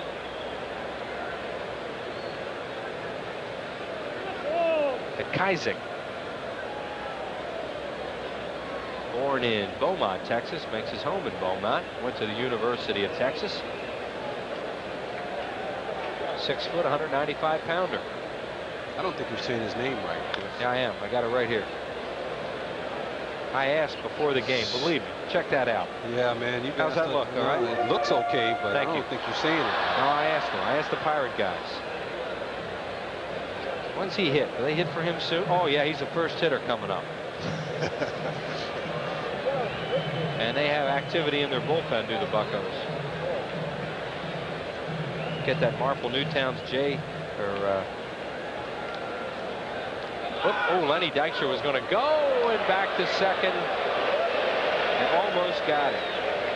You get Joel Johnston in the game, but understand Blas Minor is warming up. Lenny Dykstra was dancing off second. He was going to try and steal a base, and they almost got him.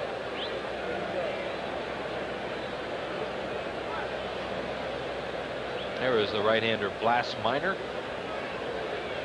Phillies have seen him a couple times this year. Throws a lot of fork balls.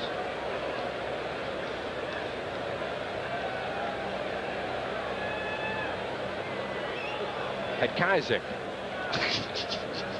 from the stretch. Gotta use his name. Ground to the third, foul. Back onto the field of play.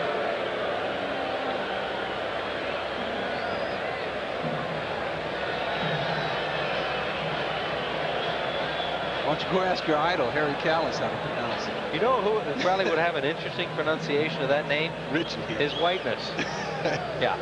That could be very interesting because you know he didn't ask anybody before the game. In fact, he don't even know who he is. As Duncan steps out. 1 ball and 2 strikes. When they get this guy? Harry? You know that's not going to get back. Oh, yeah, it will. 1 ball, 2 strikes. And Dykstra continues to bother the right-hander. And it's now getting a little restless.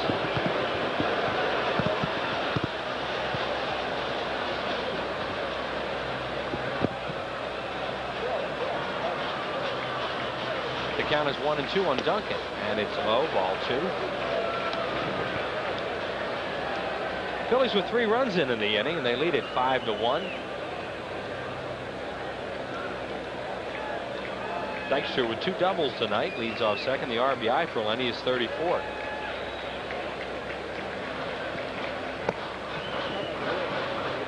Pitches, foul again, third base side.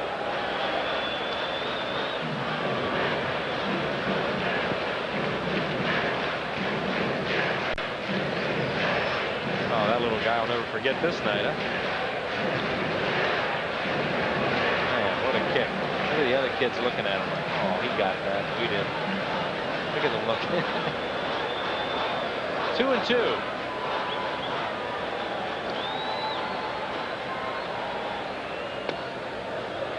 Ricky Jordan in the on-deck circle to count full.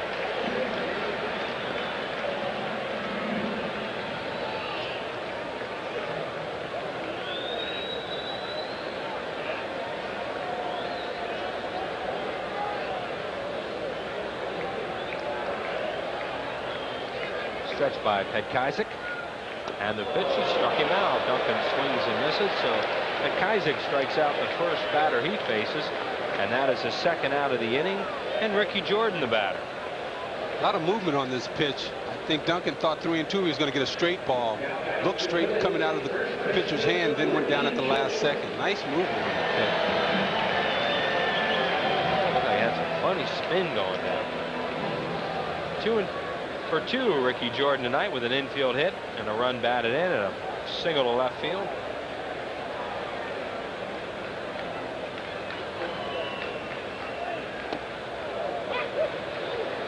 Breaking ball over for a strike. Phillies hitters on a recon up there right now, and never having seen this right-hander. And judging the way he pitched Duncan, they have to be looking for that sinker in, and there he starts Ricky Jordan off with the hard breaking ball. Here's that sinker in.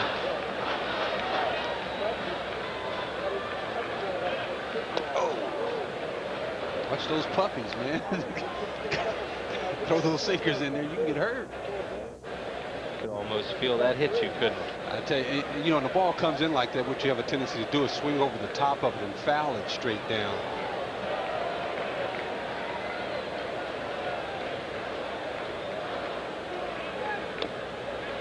Did he check? Nope. Says Jeff Kellogg, the first base umpire. They count 1-2 on Jordan. Kind of a weird inning with the error in right field starting it off. The ball off the top of the wall, we now think, hit by Chamberlain. We're talking about a routine fly ball to right field that should have been caught. Right. Got Tomlin in a lot of trouble, and he never got out of it this inning. Phillies have scored 3. 1-2 to Ricky. Another sinker misses. 2-2. See Slot not setting up so much inside now because the Phillies have shown they're going to lay off of that pitch, and now the ball he's having to start it a little bit more over the plate.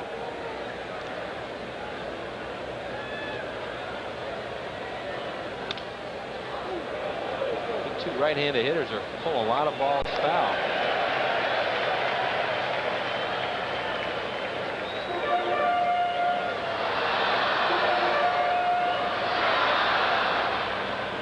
Play out there by Aaron Kelly in left. Oh, a hard hit ball by Ricky Jordan, left field ball girl. We've only seen one breaking ball. The first pitch to Ricky Jordan was a breaking ball for a called strike. Then everything else has been sinkers in. Good time to go back away. See what he does. Humpback liner hit to the third baseman King, and that's the third out of the inning. Phillies have a good inning though. They pick up 3 runs on 2 hits, 1 error. And they leave one. A beautiful full moon high over Veterans Stadium tonight with the Gulf Oil airship. The Phillies up 5-1.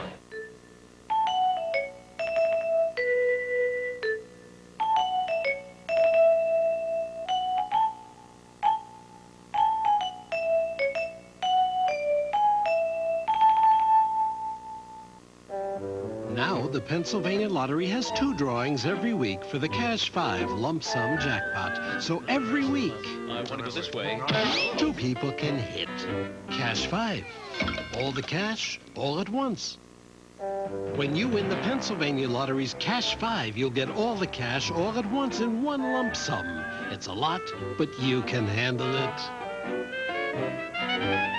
Cash 5. All the cash all at once.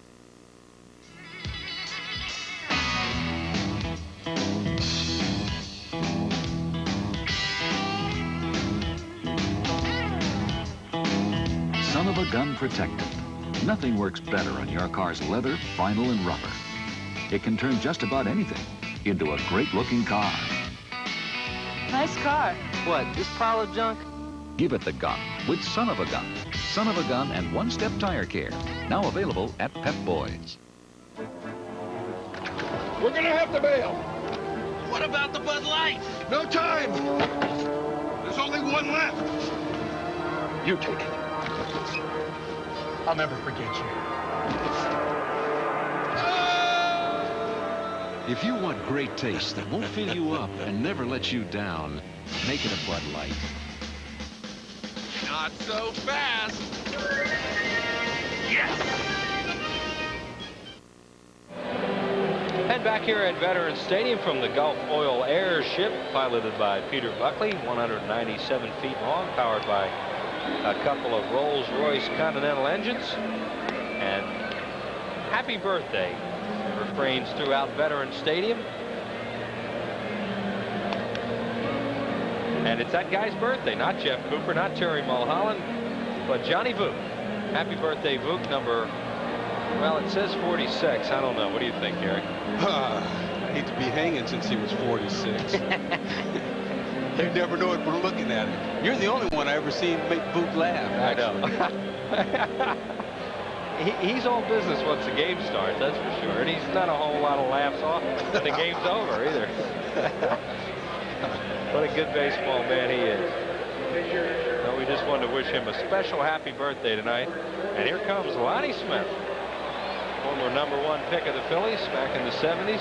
I saw Lonnie before the game. He said, I know what you guys meant when you said you used to ache. So he said, yeah, I said, well, old timer, welcome to the big leagues. He's batting for Pekajzik, who goes 2/3 of an inning, swing and a miss by Lonnie on a good breaking ball from Danny Jackson.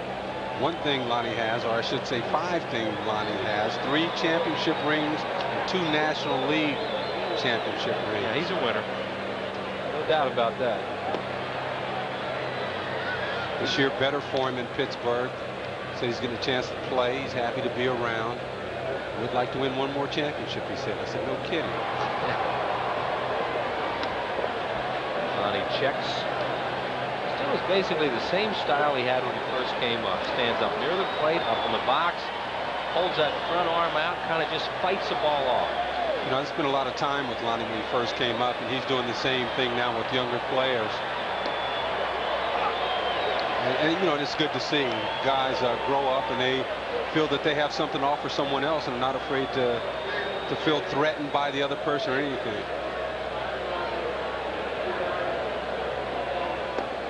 And he draws a walk. You don't see Danny Jackson do that after the Phillies just get him 4.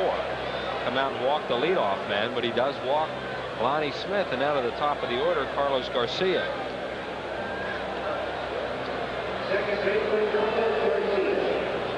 Randy Tomlin, 3 1/3 innings, 8 hits, 5 runs, 4 of them earned, a walk and a strikeout. McIsaac, 2/3 of an inning and 1 strikeout. This story just cleared the sports ticker that the Oakland Athletics and Toronto Blue Jays have reached an agreement on a deal sending Ricky Henderson to the Blue Jays. It's contingent on Henderson's approval. And Henderson has until midnight Eastern Daylight Time to approve the deal. You should say approve the dollars, right? Whoop, they got him picked off. Jordan, low throws, Walker, flips to Duncan, no. Ricky Jordan made a bad throw, and Stocker almost made a play out of it. Lonnie's going to get a stolen base out of that. You see Lonnie takes off a little too quickly, slips a little bit, which is familiar to us, knows he's caught. But it's Ricky Jordan's bad throw. Kevin Stocker, what he does is he concentrates on the ball in the dirt so hard that he doesn't see Lonnie Smith stop.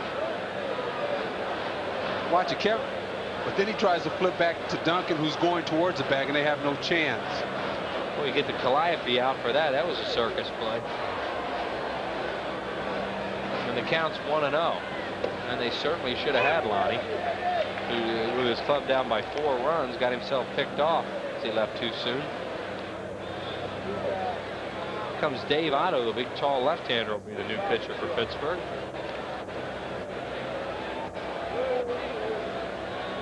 Spokesman for Oakland, as we see more on that, would not divulge how many players are involved in the transaction at this time. So Ricky Henderson has been traded to the Oakland Athletics. However, Henderson must approve it.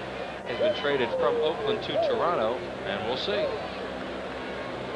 It's an interesting deal. Garcia chops at the third. Hollins fires to first. He's out. And Lonnie Smith moves to third base.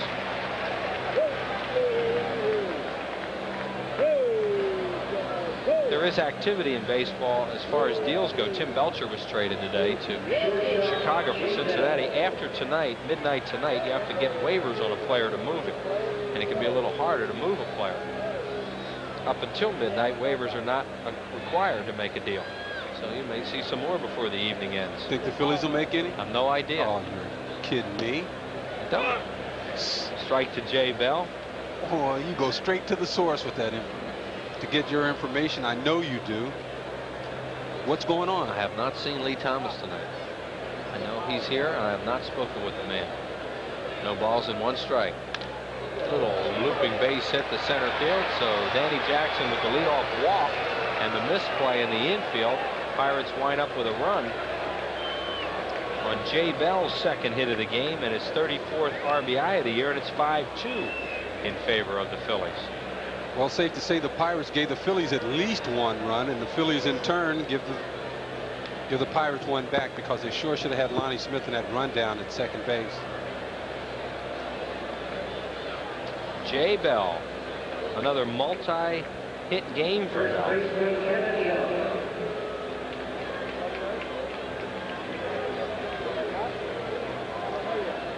Bell with a 7-game hitting streak, 6 of them multi-hit games. Kevin Young, the batter. He has singled and hit the ball to right center, in which Dykstra made a brilliant play. He looks like he was thinking about trying to bunt for a base hit there.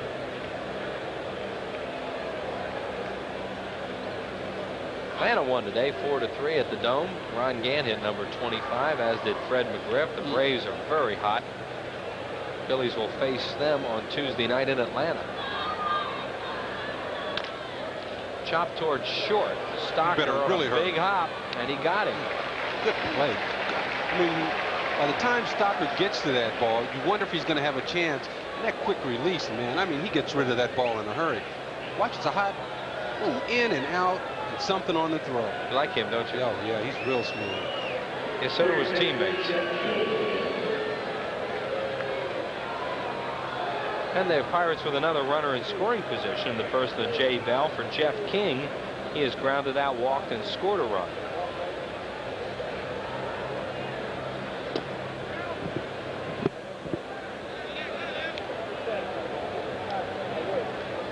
Final game of this series tomorrow afternoon. It'll be the nostalgia game. The team's wearing uniforms from 1933. And the last time the Pirates will be here, so come on out tomorrow at 1:35.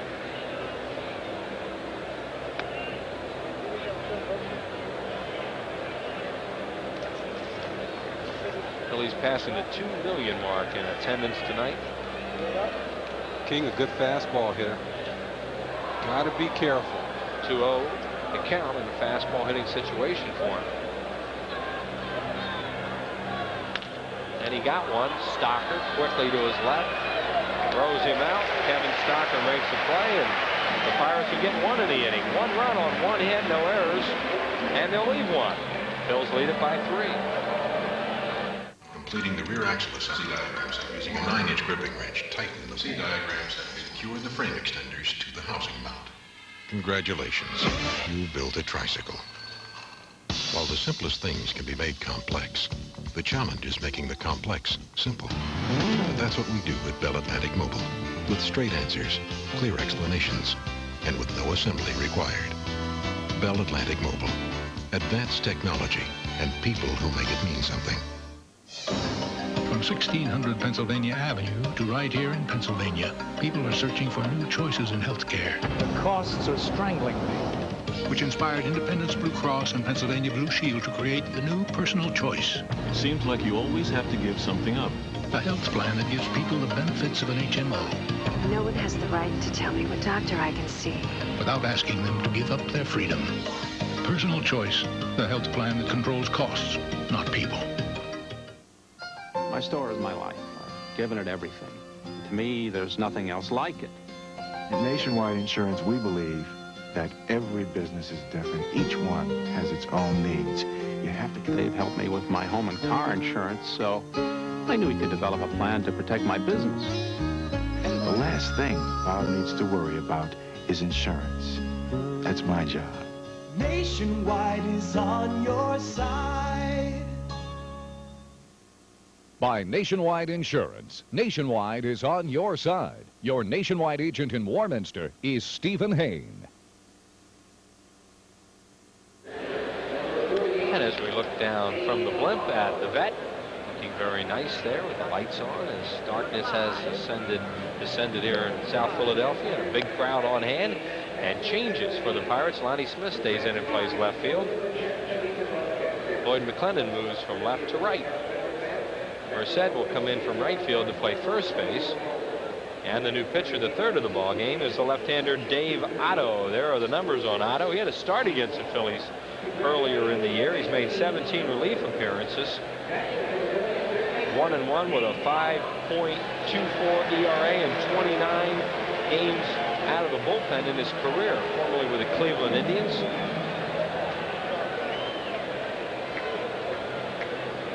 And Dave Hollins will lead it off against Otto.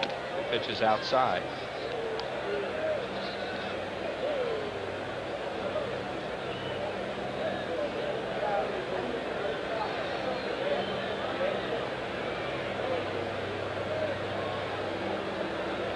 Hollins, a hard ground ball, a base hit to left field. First hit of the game for Dave Hollins as he greets the new pitcher Dave Otto with a hit. And for the Phillies, hit number 9 in the ball game. Fastball up in the strike zone. Hollins just right through the hole.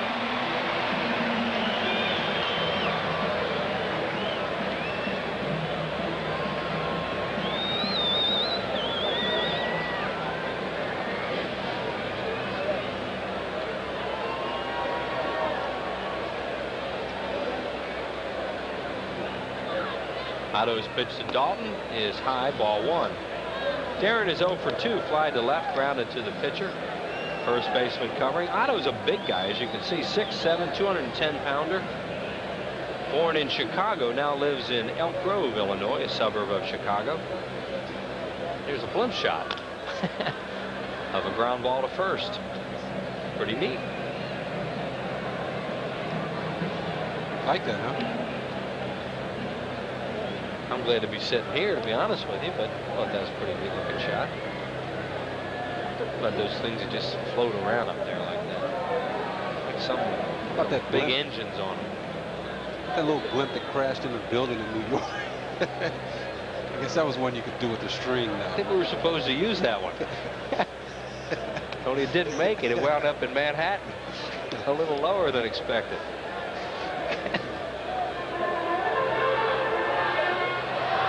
We have that Gulf oil airship here for the weekend. The high winds here last night.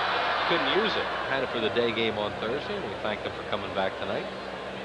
Dalton with a hard ground ball. A base hit to right field. Hollins will try for third.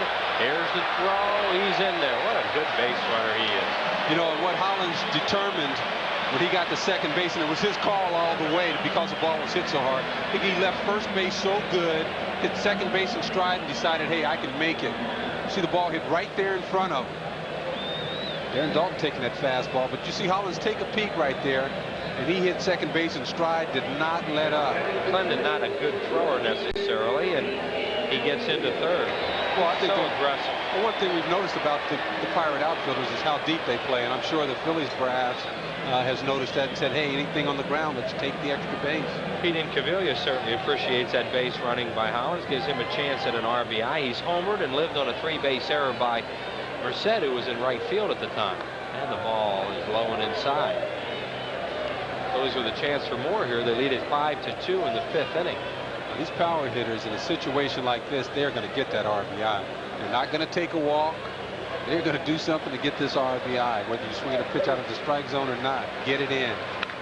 Deep to left field, fair or foul. It is a fair ball, upper deck home run. Pete Incaviglia, another bomb. Incaviglia, 2-home run game. Phil's lead it 8-2 on Incaviglia. Smash the left. Woo. I don't know if this ball was supposed to break or be more inside or what. Pete Incaviglia let him know it wasn't in the right location to be throwing it to him. That ball was kissed. Right down the line, right by the pole. That looked just like the grand slam he hit here earlier in the year that hit the screen out there. Oh, is he strong? And maybe he's back. Well, he just wants to stay there and see if that's fair or foul. He must be back. Because when you're not going well, those balls are foul.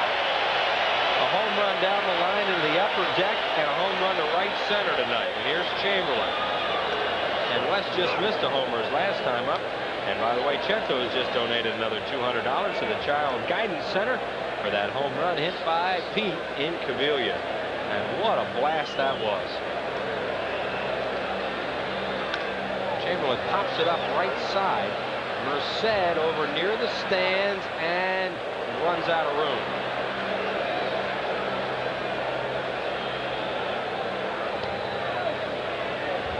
Merced, after making an error out in the outfield, kind of misplayed this ball. Instead of running directly to the fence and then trying to make his play, tried to feel his way along the fence. He was not able to get there.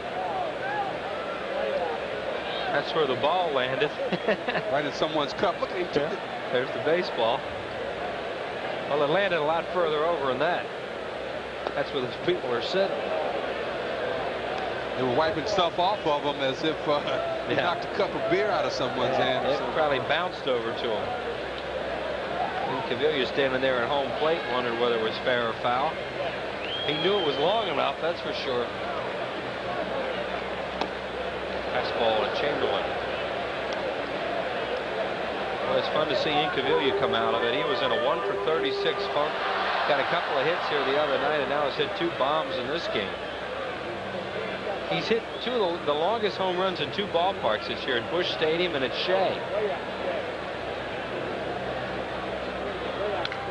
Chamberlain with a bolt to left, and Otto can't get anybody out. Phillies with 4 straight hits in the inning off Dave Otto. And Wes has 2 straight hits. Here comes Stocker. He got the triple the last at bat. The baller was questionable whether it was in the ballpark or not. This is an off-speed pitch, inside part of the plate. Didn't fool Chamberlain at all. He tried to throw him a change up there, and he just went out and whacked it. Wes on at first base. There is Glass Minor getting up and throwing again, the right-hander.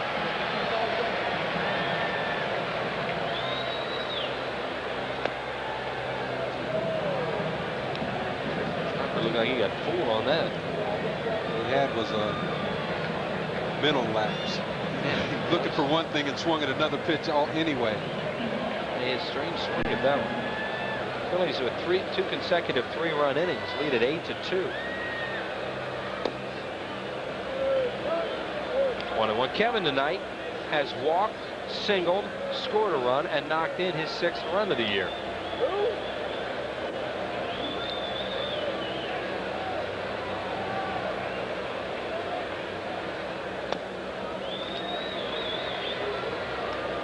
Proving every day that he is a major league quality shortstop.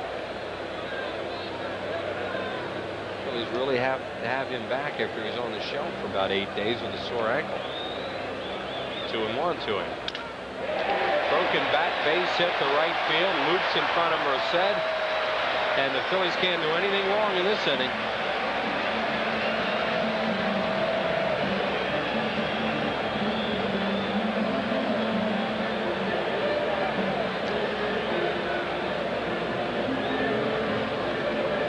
Stocker's second hit of the ball game, just off the end of the bat. In fact, breaks his bat. He'll take those. Pirates having a little conference at the mound. First off, to determine who's going to be covering on a ball back to the mound, but secondly, I'm sure to tell Otto, hey, there's nothing you can do about a ball like that. Bear down and let's go get him.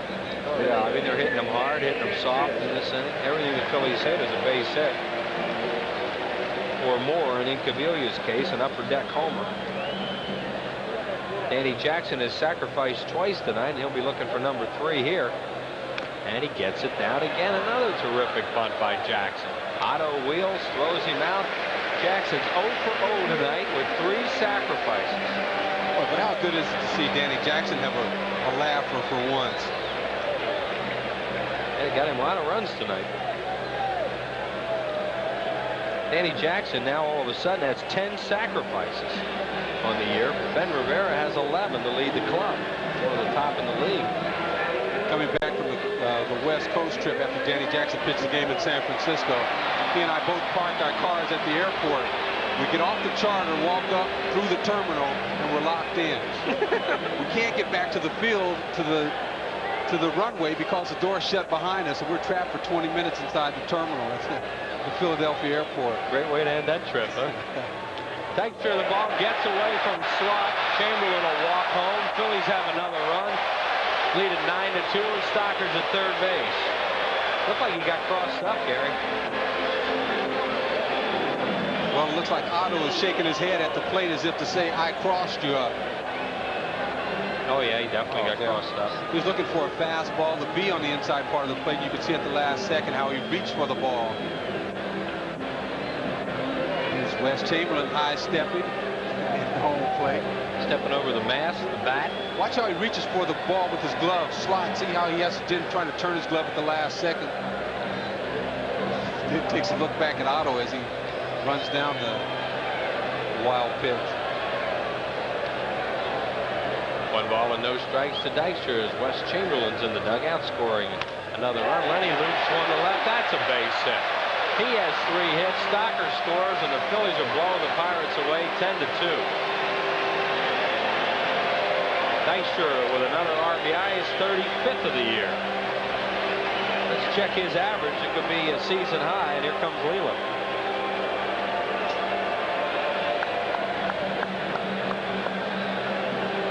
Line drive, base hit to left field.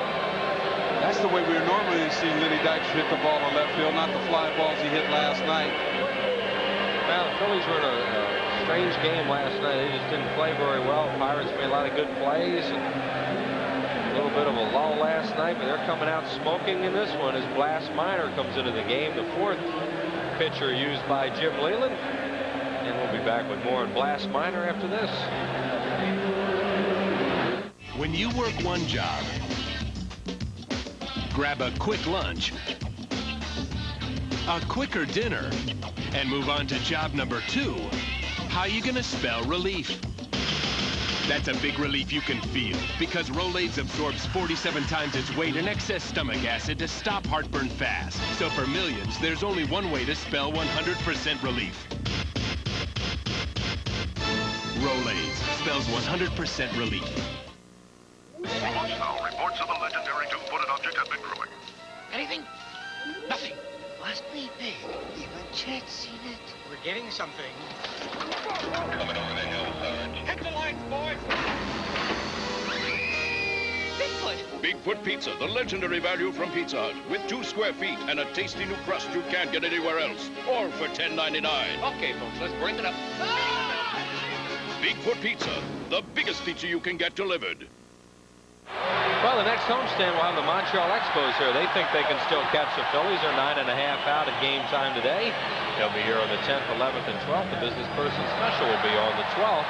And then the New York Mets will move in for the weekend, 13th, 14th, and 15th. Just call 463-1000 for your tickets or go by the Mellon PSFS building at Broad and Chestnut Streets. There is Blas Minor, right-hander, coming into game number 47. He's appeared in 6 out of the last 8 games for the Pirates, and that's a team-high 46 appearances.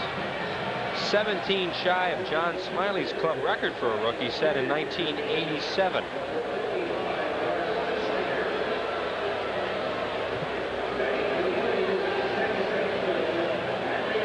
And there's Lenny Dykstra at 310 on this 3-hit night, a season high for Dykstra.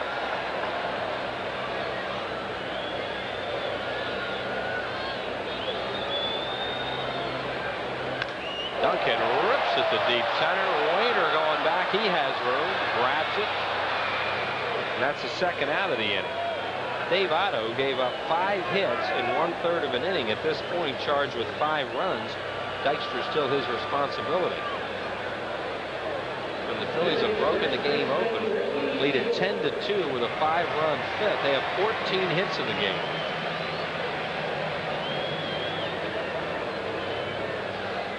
Ricky Jordan having a good game, 2 for 3 with an RBI. Another left-hander going tomorrow, and Kruk struggling with that hip. They'll probably rest him again tomorrow and hope he gets better for Tuesday night in Atlanta and give Ricky some more playing time, which will be fine with Jordan.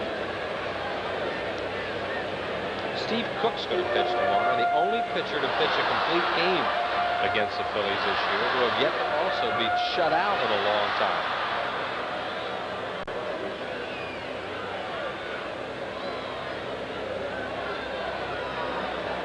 Phillies have a streak of 120 games now without being shut out, which is a modern club record for them.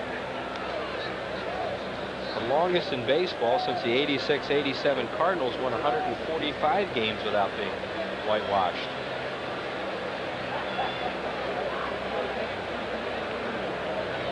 One ball and 1 strike to Jordan. Minor's pitch hit the deep right center field. Wainer another long run. He's there and puts it away. A couple of long fly balls to center, but the Phillies have a bat around here in the 5th inning. They score 5 runs. They do it with 5 hits. There are no errors and 1 man left. Phillies way out 10-2 after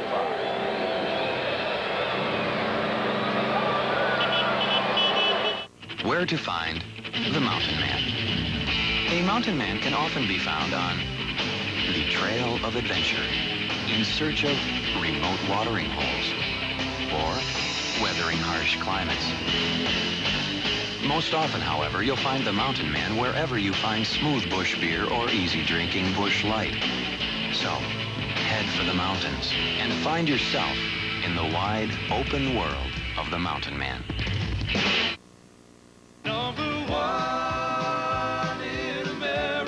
Only your Quality Plus Ford dealer has the #1 selling small car, the Ford Escort. Reliable and loaded with extras. Drive the Escort for just $199 per month for 24 months. Choose from 4 models, all at one low price. $199 per month, only at your #1 selling Quality Plus Ford dealer. 5 of the top 10 sellers, all American built quality. See your Ford dealer today. Get behind the wheel and turn the key. The Phillies look to cook a Canadian goose when they play Montreal Tuesday, August 10th and Wednesday, August 11th at 7:35. And Thursday, August 12th at 12:35 at a business person special. Then Bonilla, Doc, and the Mets make a house call Friday, August 13th, 7:35. Saturday, August 14th, 7:05. And Sunday, August 15th at 1:35 when kids 14 and under get a free Phillies road jersey. Call 463-1000. And welcome back to Veterans Stadium as you see the view from the Gulf Oil Airship, which is 5.5 stories high and 197 feet long. Cruises at an altitude of approximately 1,000 feet at a speed of about 35 miles per hour. We thank them for these nice shots we've had here tonight. Gulf Oil Airship will travel to Boston, Philadelphia, Pittsburgh, Buffalo, and New England, and according to their people, they hope they're back here to televise some games in the month of October after the regular season ends, and the Phillies would go along with that. Lloyd McClendon, the batter, takes a breaking ball over for a strike. Lloyd is 1 for 2 tonight. He'll be followed by Orlando Merced and then Don Slott. Beautiful night here at the stadium too, nice and cool after all this heat we've had in the last couple home stands. Looks like a 9-inning game, which also will be nice.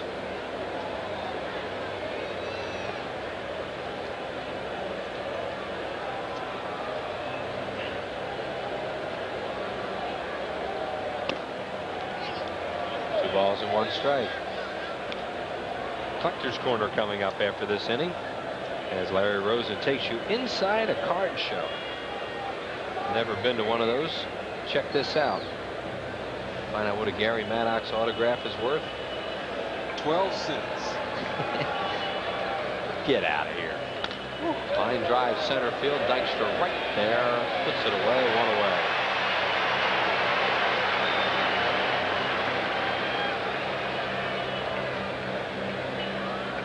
Danny Jackson looking to win his 9th game of the year. Pitched well in his last outing at San Francisco. He keeps losing to Billy Swift. He's lost 3 games to him this year.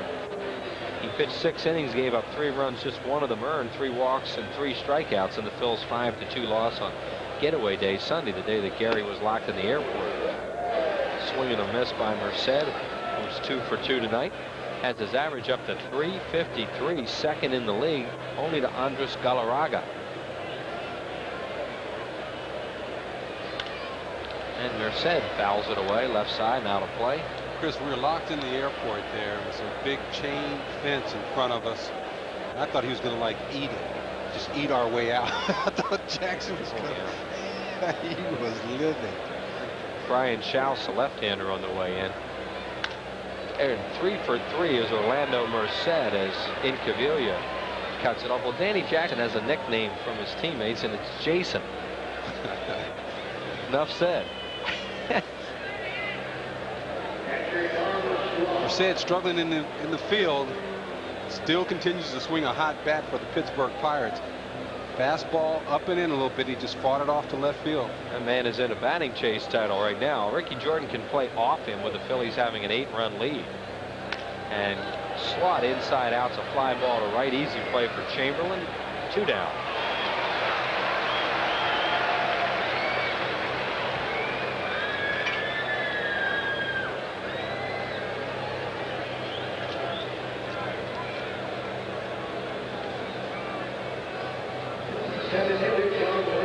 And John Wayner will be the batter. He's a center fielder. Lonnie Smith is batting in the 9 hole.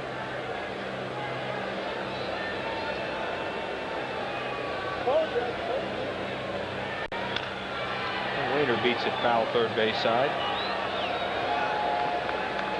Chris, interesting seeing Milt May work with these hitters. Now, do you remember Milt May and the way he used to hold the bat? Way up over his head, right? I asked the players, I said, you ever see Milt hit? Yeah. None of them had ever seen him hit. Yeah, he had a style you wouldn't teach.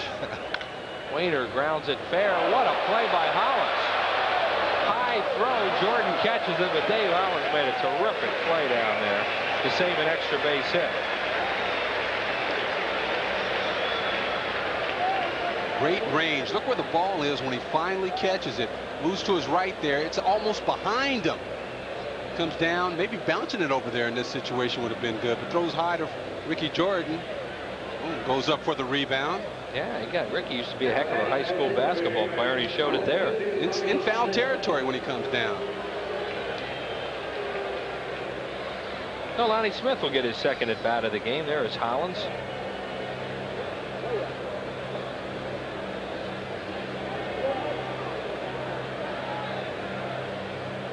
Pirates with 2 on, and the first hit of the ball game for Wayner.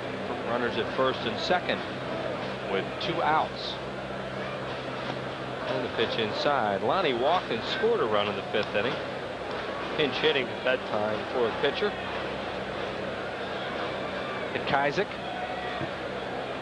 We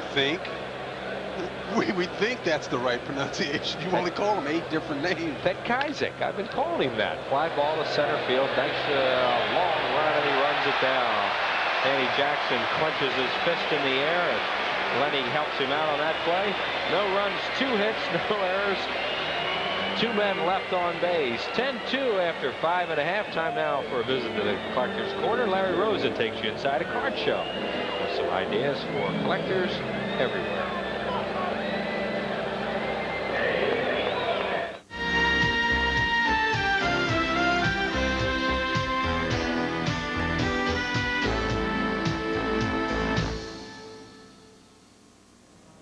How many times have you heard this refrain? A whole generation of baby boomers could be in a higher tax bracket. But after cleaning out their attics, many have become addicts to the baseball memorabilia craze. So what is the scene like at a memorabilia show? Well, there's always the staples of the hobby, cards individually and in sets, autographed balls, Hall of Famers always a hot item. You can scour for items from your personal favorite player or seek out that one-of-a-kind collector's showpiece. How about pricing?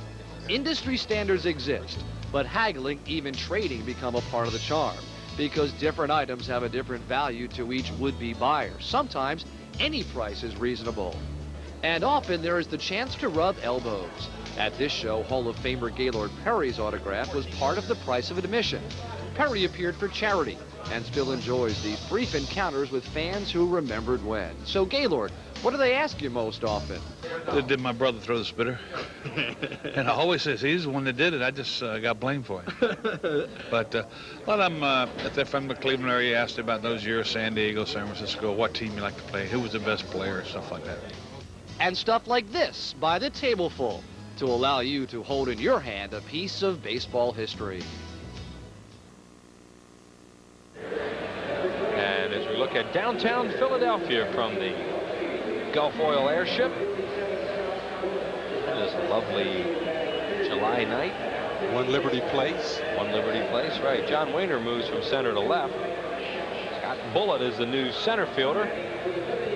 And Brian Schaus will be making his major league debut. There you see the numbers on Schaus at Buffalo, just up from the minor leagues.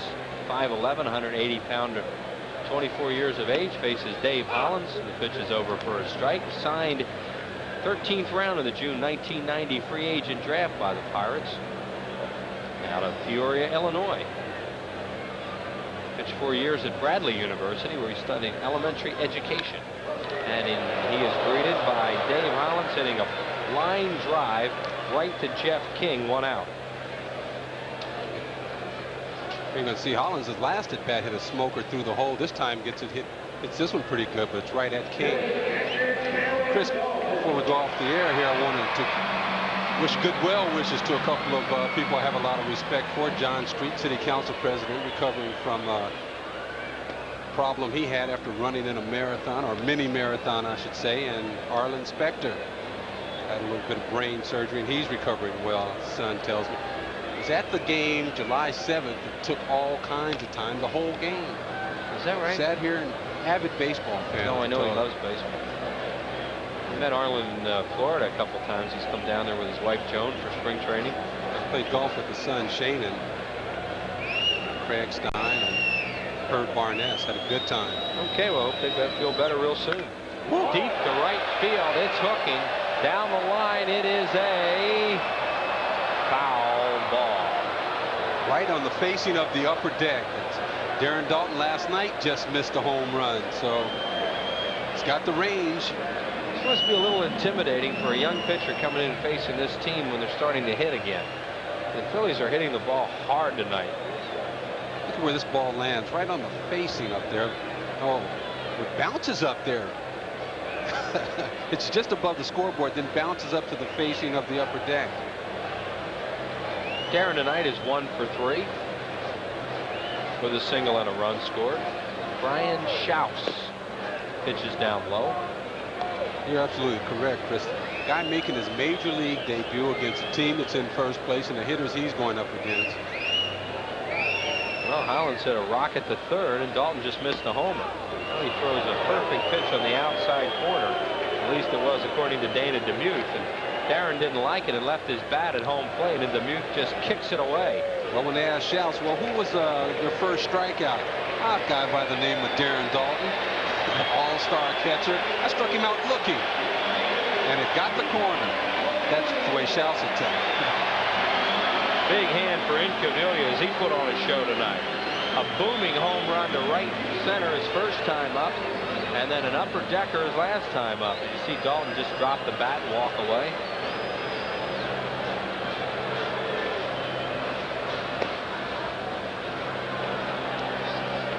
Jim Leland has a 12-man pitching staff. So he's used 2 pitchers tonight for 2/3 of an inning, and Otto for just 1/3, because he has so many pitchers.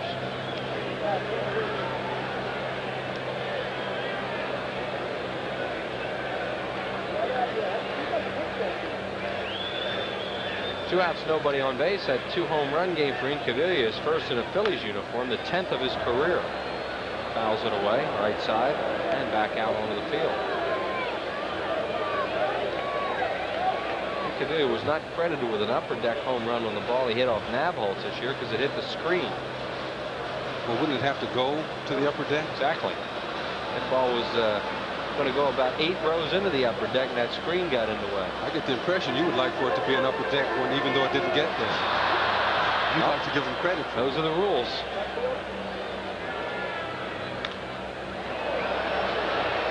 I like watching, I like those balls when they go in the upper deck like that. You don't see that many of them.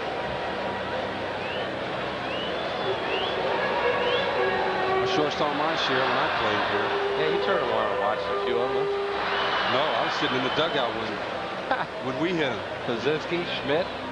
Saw Gary Matthews go up there. 2 balls and 2 strikes to Incaviglia. Grounded towards third. King has it. Throws to first, and Brian Schaus has a perfect 1-2-3 inning in his major league debut. Thanks to Gary Lee Maddox for 5 straight terrific efforts here. We'll see when we get back from the trip. No runs, no hits, no errors, and nobody left. 10-2 Phils after 6. In a game rich with traditions, Sherwin-Williams has created one of its own by preserving and protecting the national shrines of our national pastime. This is the paint of the pros, and it's the choice of millions of fans at home. And while your town may not have a big league ballpark in it, it does have a big league paint store. The pros know. Ask Sherwin-Williams. What does it take to be a mountain man? Do you need a big horse? Do you need a deep tan? Do you have to have a saddle? Do you have to have the gear? Well, the simple truth is you just gotta have the beer. Bush beer, an easy drinking Bush Light. Have you got what it takes to be a mountain man? What does it take to live a mountain man's life? Get smooth bush beer, is a drinking bush life. Who's your favorite Philly? Darren Dalton? No. Lenny Dykstra? Terry Mulholland? Well, who is it? Everyone loves the Phillies, and every kid loves the Fanatic. If you're 6 to 12 years old, you could be the Fanatic's special pal at the August 14th Phillies-Mets game. You'll spend the 5th inning with the big green guy, and you'll get really excellent seats for the rest of the game. Send a postcard with your name, address, telephone number, and age to this address. It's a fantastic, fun-filled contest just for kids from your Fanatic friends at Prism. While the Phillies were getting ripped for acquiring Incaviglia in the offseason, Jim Fregosi said one of the things he'll do for you is bust his tail every at-bat. And look at this. Ground ball to third after 2 bombs to the outfield for homers, and Incaviglia runs it out. And that may not seem like a big deal, but that's the way he plays the game, Jay. That's called playing baseball the right way, hustling on every play. You know, it doesn't require any ability, folks, to run hard. Garcia, the batter. Well, when you left here, what was the score? 2-0. Now it's 10-2 in favor of the Phillies, as they had a 3-run 4th and a 5-run 5th. Garcia swings and misses. Danny Jackson with a huge lead, something he's certainly not used to. Garcia's 0 for 3 tonight, 3 ground balls to the infield. I think the Phillies got a call from the people down at the Rock Lobster on the Delaware River, some kind of movement. That ball at Incaviglia hit in the upper stands caused like an earthquake down there on the water or something. Struck him out on a backdoor breaking ball. Garcia is 0 for 4, and that is Jackson's first strikeout of the ball game. Watch this pitch. You know, you would think the way Jackson has been throwing the ball, a backdoor breaking ball like that one, that he would have a lot of strikeouts. But what Jackson has done tonight is he's let the Phillies defense do the work for him. A lot of ground outs, and the Phillies defense has really been superb tonight. Jay Bell, the batter, and he'll bear down the whole game. This is start number 21 of the year for Jackson, and Danny has pitched through the 6th inning in all but 3 of them. Phillies are 12-9 in his starts thus far.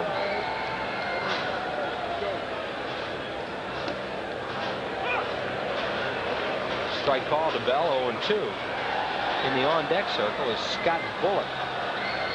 He just came into the game to play center field. He'll be getting his first at bat. And the pitch is outside. 1 ball, 2 strikes. 10-14-0 for the Phils. 2-8-1 Pittsburgh. We're in the top of the 7th.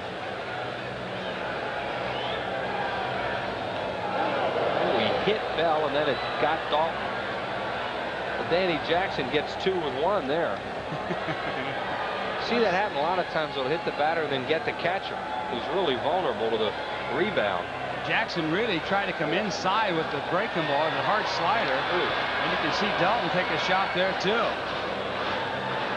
That's just what a catcher needs, to get hit by a hit batter. Not any catcher, this catcher. Scott Bullock got in the ball game last night. He was the center fielder. He's a kind of a late swinger off left-handed pitcher, so look out third base side. That ball just got away from Dalton. And it's another pass ball. I don't know what happened then. I think Dalton's a little groggy from that thing right before then. I got to tell you, I went down behind. You see the screen behind the catcher there where the camera is? I went down there while the innings were going on, Chris, and you can't believe the movement on Jackson's ball. It is a pass ball. Jackson has a great deal of movement on his fastball and his breaking ball tonight, and I can see where Dalton might have some problems with it, because Jackson really hasn't pitched this well in about 5 or 6 games, with that kind of movement anyway.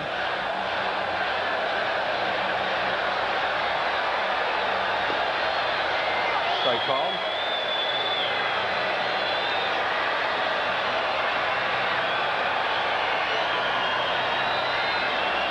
Scott Bullock recently recalled from the minor leagues. This is his 14th game, batting at .231.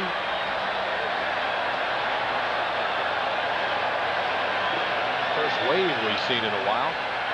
Those games against the Cardinals were kind of intense for a wave.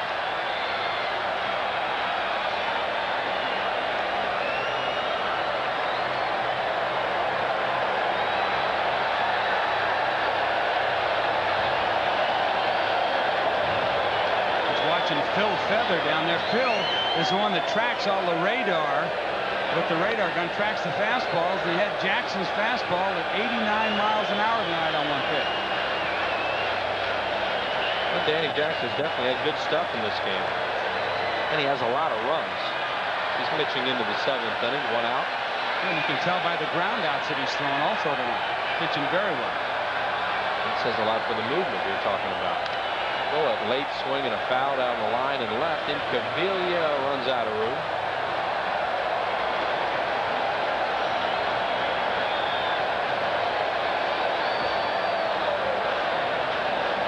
Here's the Rolaids relief break because Rolaids spells relief.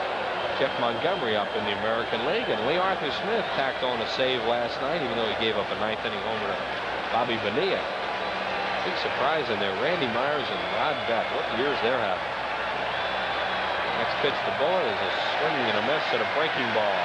Strikeout number 2 for Danny Jackson, both of them coming here in the 7th inning. 2 outs and Jeff King, the batter, 0 for 2. He's walked and scored a run. That's tough coming off the bench to pinch hit, and Bullet got in there against the guy, Scott, as we talked about. Some pretty good movement, not only on his fastball, but that breaking ball broke down and away and out of the strike zone. Didn't have much of a chance at that one. Pitch to King is down low for a ball. They have a rain delay, Jay, tonight in New York at St. Louis. In the game, of course, the Phillies will watch closely. They lead by 6 over the Cardinals. It seems like the crowd is a little more into it since I've left. Left with a 2-0 lead, and all of a sudden you guys pick up another 8 runs, and now they're going crazy. Well, they're doing that infernal wave right now. Yeah, we don't need that. There's Jay Bell leading off second with 2 outs and a 1-1 count on King. And Danny Jackson misses high. Jim Fregosi got a chance to rest his bullpen last night, just using De Leon, who hadn't pitched for a couple of weeks. And we'll see how long he goes with Danny Jackson tonight, but that bullpen was worn out after the Cardinal series. Yes. And they're getting a great game out of Jackson tonight, so we'll see how long he goes. Well, they'll go 7. This one's popped up, playing ball to Duncan. Mariano waves off everybody. He squeezes it. And the Giants are out of the 7. Or the Giants. The Pirates are out of the 7. No runs, no hits. No errors, and 1 man left on base. 7th inning stretch time. 10-2, Phil. Now, reports of the legendary two-footed object have been growing. Anything? Nothing. Must be big. Even Chet's seen it. We're getting something. Coming over the hill, Sarge. Hit the light, boys.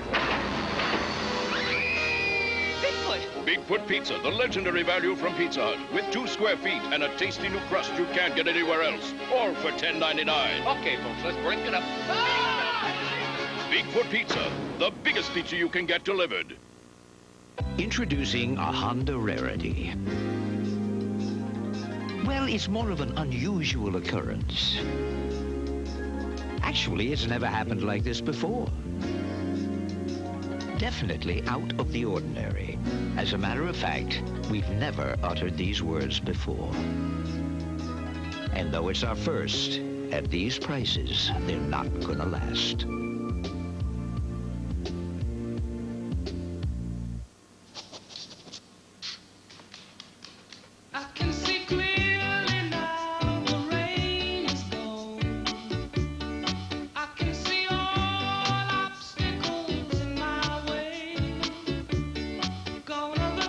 Presenting the RCA 52-inch projection screen home theater. It's bigger and brighter than almost anything out there. For the ultimate in home entertainment, see the new RCA home theater TVs at all Boscov stores. Hello, I'm Dick Vermeil. Do you know what triggers a cold sore? Cold sores that occur on or around the lips and gums are triggered by stress, hot beverages, and direct sunlight. Using sunscreen can help prevent the reoccurrence of cold sores caused by ultraviolet light. There's a beautiful shot, again by the Guff Oil airship. It's captained by Peter Buckley, the blimp as it is otherwise known in my family, which has prism on it right there. It's 197 feet long and powered by 2 Rolls-Royce Continental engines. The Phillies lead it here as we go to the bottom of the 7th inning by a score of 10-2. And leading off for the Phillies is Chamberlain, followed by Stocker and Danny Jackson. And so as we go to the bottom of the 7th inning, here's Wes Chamberlain. And Brian Schaus on at his 2nd inning of work in his major league debut. Retired the Phillies in order in the 6th inning. Chamberlain, Stocker, Jackson due to bat here in the 7th. Nobody up in the Phillies bullpen. It would appear that Danny Jackson will stay in the ballgame. And why not? Well, you know, you talk about giving the bullpen a rest. If he can go one more inning, maybe they can bring in Mike Williams or... And if he has an easy 8th, they'll just try and pitch tonight, get his second complete game. Yeah. And Schaus walks Wes Chamberlain. Wes on a 2-for-3 night. Walk number 1 issued by Schaus, number 2 by the Pirates pitching staff. I'm kind of looking forward to tomorrow, partner, because the Phillies are going to wear those 1933 styled uniforms in tomorrow's game. It's that nostalgia day, so all the Phillies will be wearing that old uniform, and they'll be known as the team of Destiny. Destiny. D-U-S-T-I-N-Y, folks. Destiny. Compliments of Thriftway Day tomorrow, and Kevin Stocker bats for the Phils. Can you imagine? There we see Miss Pennsylvania belting out that terrific song, Take Me Out to the Ball. Signing some autographs. I can see John Kruk in one of those 1933 styled units, you know. That's be fun tomorrow too, because Tyler Green will get his first major league start for the Phillies.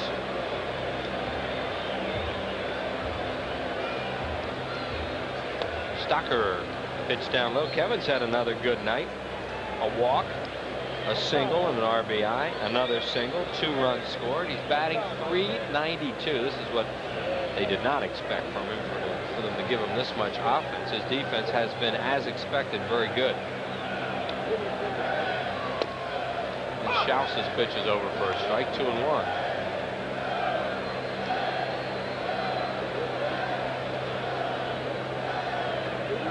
No, all they wanted Stocker to do, Chris, was make the routine plays out there, and boy, has he done everything else too.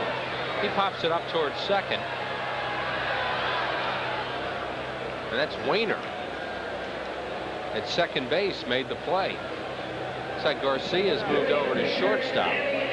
There's John Wainer, the second baseman, and Carlos Garcia is now playing at short for Pittsburgh as they made some changes. Quite a few in this one. There is Garcia, the new shortstop. And Danny Jackson up there has sacrificed 3 times tonight. And he's going to turn around, try it again. Then the pitch is on the inside corner for a strike. National League record for sacrifices in one game is 4. And Albert Martin's in the ball game in left field. They missed that up in the press box. Also, as they're just making those changes, and Danny Jackson fouls it off. I don't know. He, of course, has no idea that he can get this down. He'll be in the record books. So Carlos Garcia, the new shortstop. John Wainer, who's been in 2 outfield positions, is now at second base, and Al Martin is the left fielder. And from up above, the pitch is high.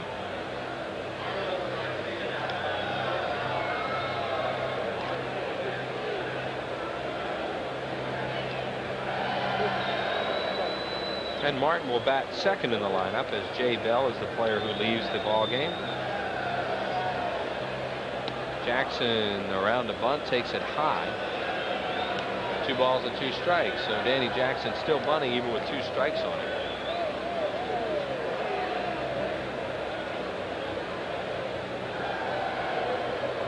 That's Wes Chamberlain on at first base with 1 out. And he fouled it off. So Danny Jackson, with a chance to go into the record books, strikes out bunting. Got it down 3 times tonight, and not happy about not getting it down the 4th time. Pitch is a pretty good pitch to bunt too, Chris. Right there. I Jackson just kind of got down a little bit too low in a crouch. Didn't get the bat head out in front. Lenny Dykstra, a big night for the dude. 3 hits, 2 doubles, couple of runs batted in. He scored another run, and his average is season high 310. Takes a breaking ball from Schaus high. You know, that would have been something if he'd have got that sacrifice down the last time that was accomplished, according to the notes from our great crew downstairs, 1914. I think that would have been, oh, wow, 1914. I think Whitey was around playing then. There's a fanatic.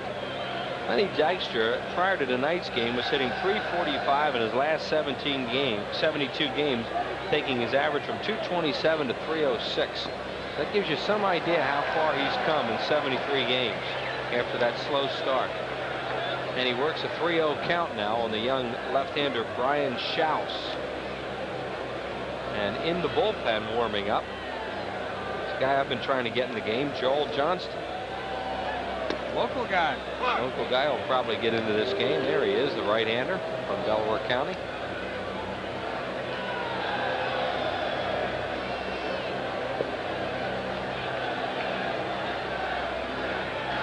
Dykstra pops it out. Shallow center field. Bullock. Wainer. Who wants it? Bullock to center field. Scott Bullock comes on and makes the play. Phillies out in the 7th inning. No runs, no hits, no errors. They'll leave 1 through 7. 10-2 Phils. Mountain man survival skills. The basics. A true mountain man must have a keen sense of direction, a certain physical dexterity, and a talent for surviving the most unforgiving climates. Of course, nothing is more key to a mountain man's survival than plenty of smooth bush beer and easy drinking bush light. So, head for the mountains and learn how the mountain man survives even the most grueling conditions. Do Texaco food marts really have everything? Oh, they have gum, cheese, candy. Many reasons I come to Texaco. Chips, cereals, nice people. There are many reasons. You want it, they got it. If they don't have it, you don't need it. Isn't that candy that pulls apart like that? Did I skip something? Visit your Texaco station and food mart for unbeatable System 3 gasoline. Pop comes here for System 3, and I come here for Pop. Right, Mom? And just about everything else. I'd recommend it to anybody. And I would, too. All fans receive a great-looking poster, compliments of Thriftway. The teams wear uniforms from 1933. The Phillies play the Pirates on Nostalgia Day, Sunday, August 1st at 1:35. Call 463-1000. And here's a summary on the ball game. There you see the Phillies got off to an early lead. Pirates got it to 2-1, but then the Phillies started pounding away. They had a big 4th, a big 5th, and they lead it 10-2. Danny Jackson, a strong 7. He is pitching into the 8th inning. Pete Incaviglia, 2 long homers tonight. And everybody who started the ball game as a position player has hit safely. And Jim Eisenreich will move into the game to play center field, give Lenny Dykstra the rest of the night off. And the batter is Lloyd McClendon.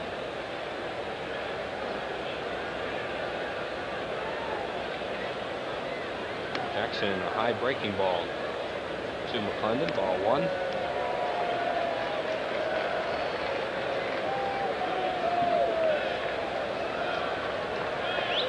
He's 1 for 3 in the game. And he's still throwing hard, it looks like. 2 balls and no strikes. I'm sure they'll monitor him very close this inning. Both those pitches have been up out of the strike zone. McClendon, Merced, 3 for 3 tonight, and then Don Slaught due to bat. And he's outside and high, 3-0.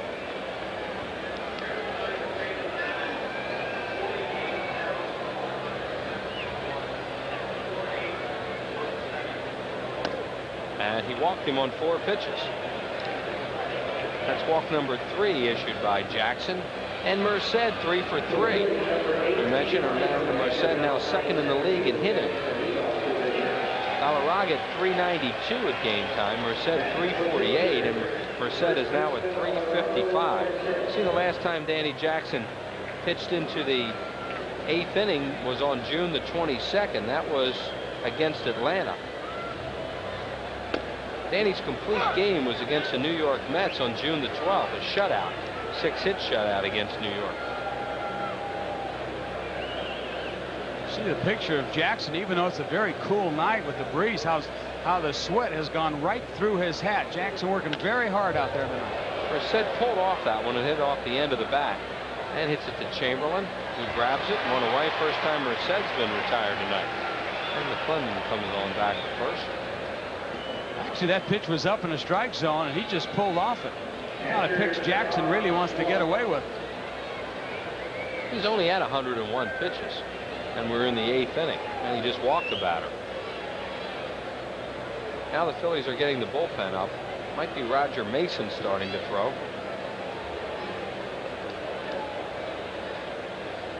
And if Jackson labors through this inning, they'll call it a night for him after 8. There's Mason.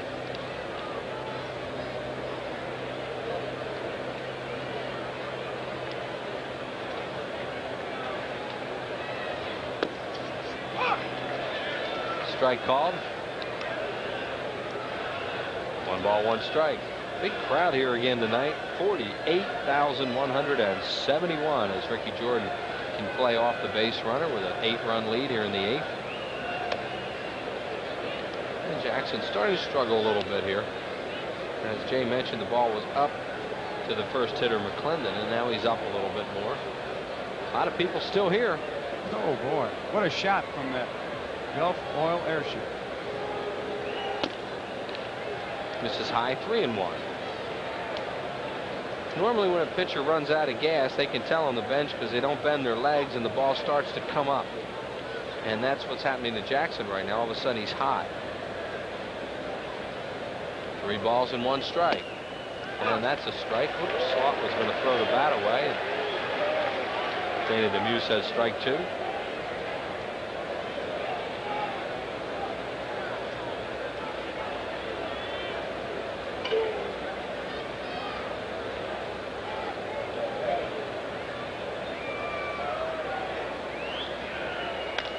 Fly ball right field deep. Chamberlain retreats to the track. He's there. 2 outs.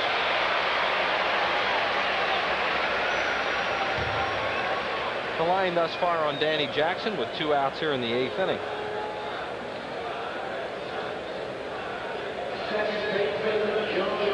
He really needed a good game tonight. He struggled. I think he has 3 walks. Let me check that. And the 2 strikeouts. Wainers played 3 different positions in the game, left, center, and second. Takes a breaking ball over for a strike.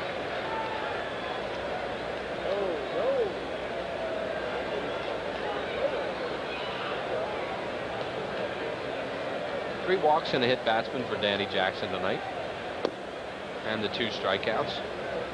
1 ball and 1 strike on Wainer. Schaus is due to bat next. Tom Prince has moved out to bat for the Pirates pitcher. There's Prince. Fly ball to right field. Chamberlain's going to have all 3 putouts in the inning. He grabs it, and that'll do it. No runs, no hits, no errors, and the Pirates will leave 1 man on base. Phil's bat in the bottom of the 8th inning, and they lead it 10-2.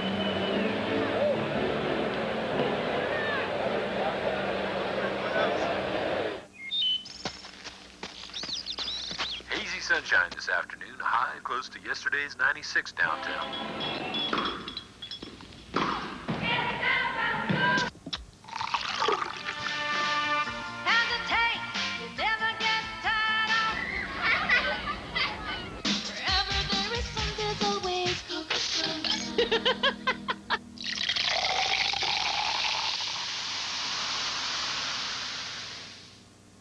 When you work one job,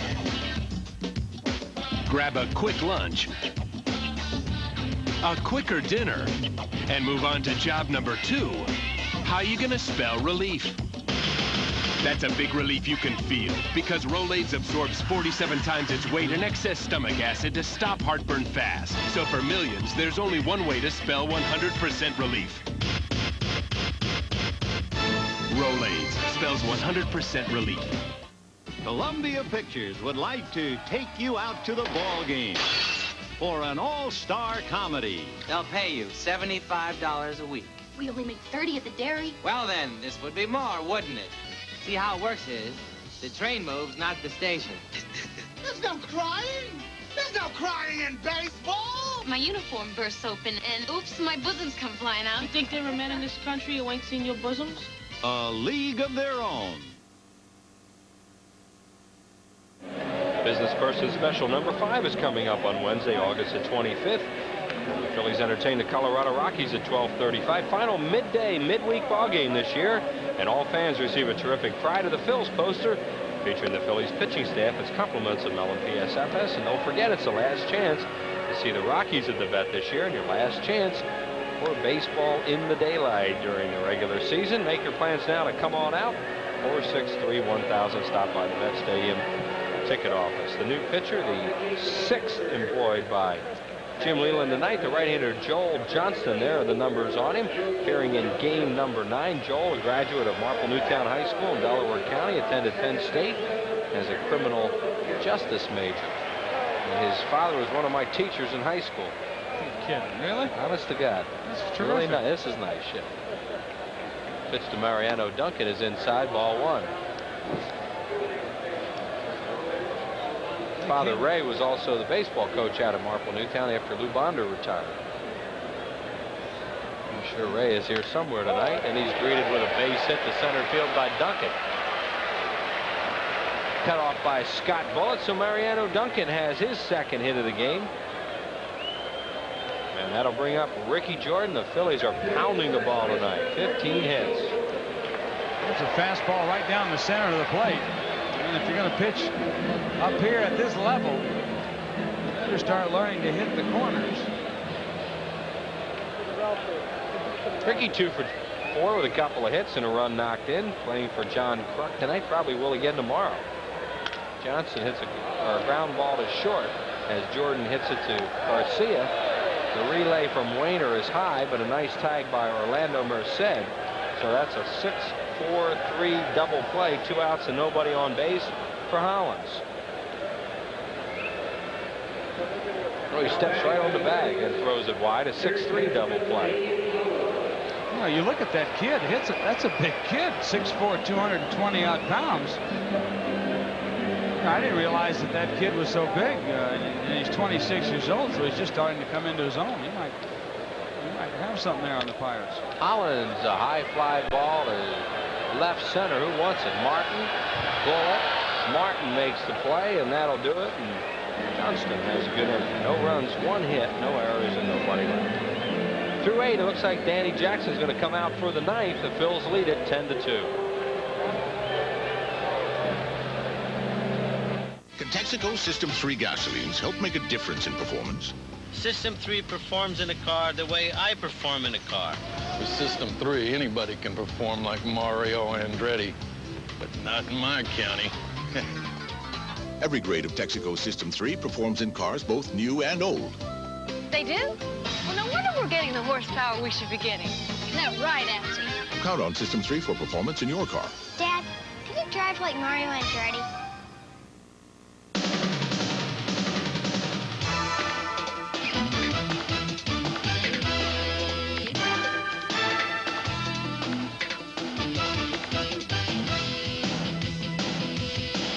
It's like having a Phillies ticket window come right to your home. Call 463-1000 and reserve your tickets in advance. No rushing, no waiting, no hassle. 463-1000. It's like having a Phillies ticket window right in your home. Yeah, how far away do you think I can get in 72 hours?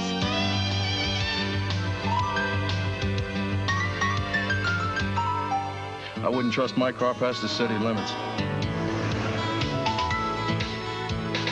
For the way you travel today more than ever, the Smart Money is on budget.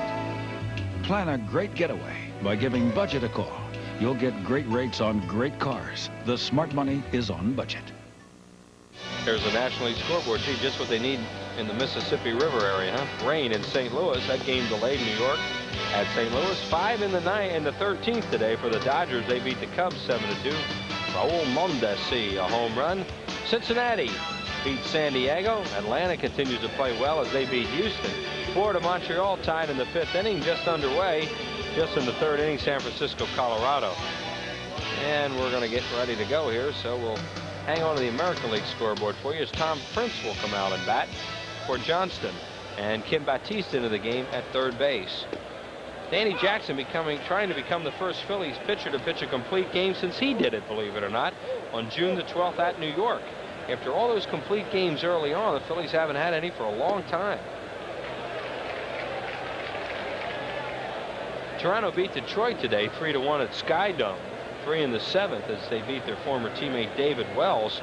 And as we told you later, they have a deal working right now to the Blue Jays to get Ricky Henderson from Oakland. That is pending. New York beat Milwaukee 5-4. Bob Stanley is 19th. Texas over Oakland 8-2. Rafael Palmeiro, number 24. Next pitch to Prince is low. Baltimore 2, Boston nothing there in the 8th. Ben McDowell pitching that shutout. Kansas City 1, Cleveland nothing in the 4th. They had a 46-minute rain delay at the beginning of that game. Chicago, Seattle, and Minnesota, California later on. Ripped down the left field line. That's a fair ball. Falling towards the corner, and Tom Prince will head into second with a stand-up double as a pinch hitter.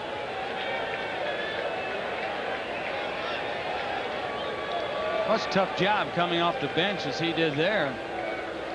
Watch the location of Jackson's pitch. He tried to get it inside, but Prince looking inside all the way, way out in front with a bat hit. Picks himself up a line drive double. And that's double number 8 for Tom Prince. To the top of the order, Carlos Garcia 0 for 4.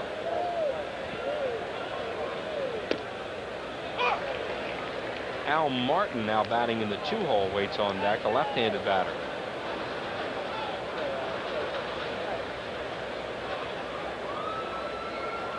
Only Pirate not used tonight now is Dave Clark. Beaten foul 3rd base side. And Jeff Ballard and Stan Belinda in the bullpen.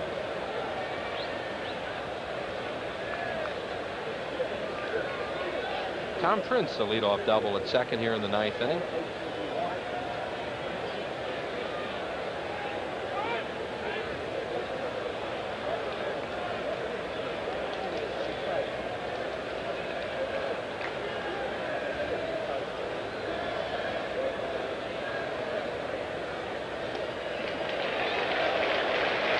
Garcia goes down on strikes. Strikeout number 3. Well, we just did the scoreboard, so there's another look at it. As you see the American League scoreboard. And the big game there with Toronto beating Detroit late, and maybe the Blue Jays are going to acquire Ricky Henderson. Boy, that would be something, wouldn't it? Wow. Being able to pick up a guy like that to add to that offense in Toronto. Martin takes his pitch on the outside part of the plate. I mean, you know, they got a potent offense anyway, and to be able to pick up one of the best leadoff hitters in the game. Doesn't Devon White lead off with him? He's pretty good too. Yeah, you know, just make them stronger. That's right. You got the money they have, well, you can do a lot of things. When you draw $4 million, you're right. Yep. You definitely do that.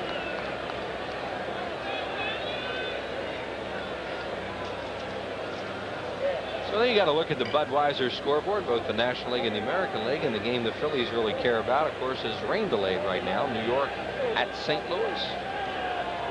Martin a swing and a miss. Danny Jackson pumping now. He's looking for that complete game. He must be, because all of a sudden he started getting his pitches up early last inning. But look at the location on this one.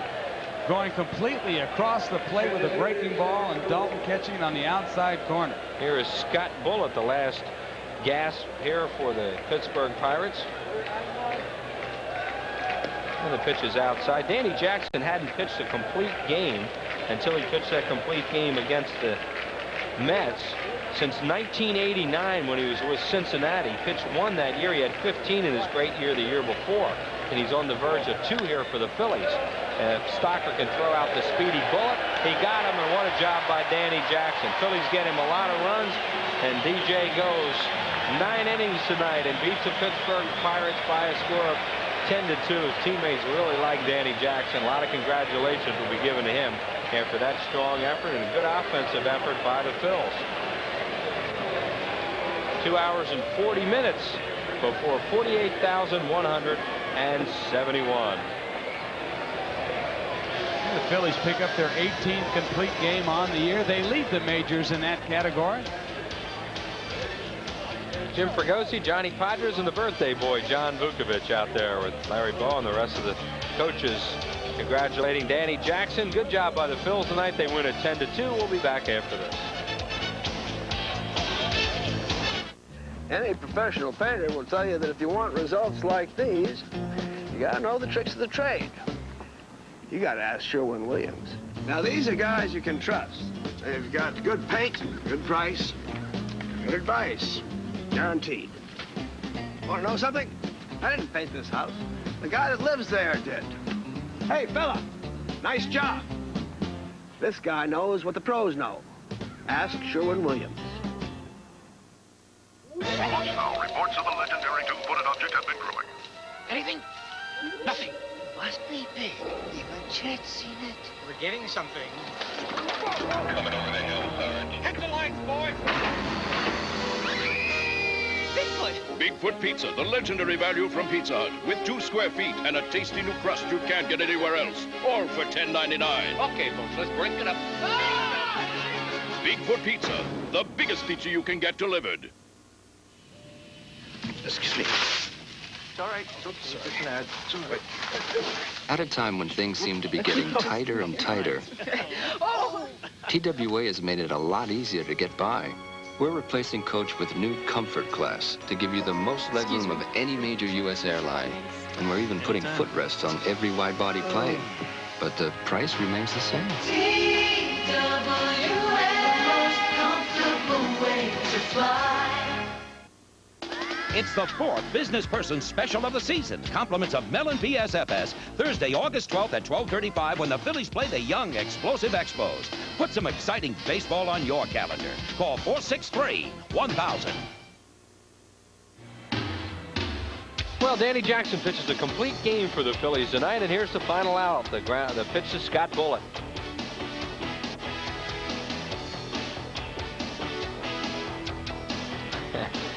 Jason is very pleased with his effort tonight. He should be. Fine effort. And Pete Incaviglia, Jay, gave him a lot of offense.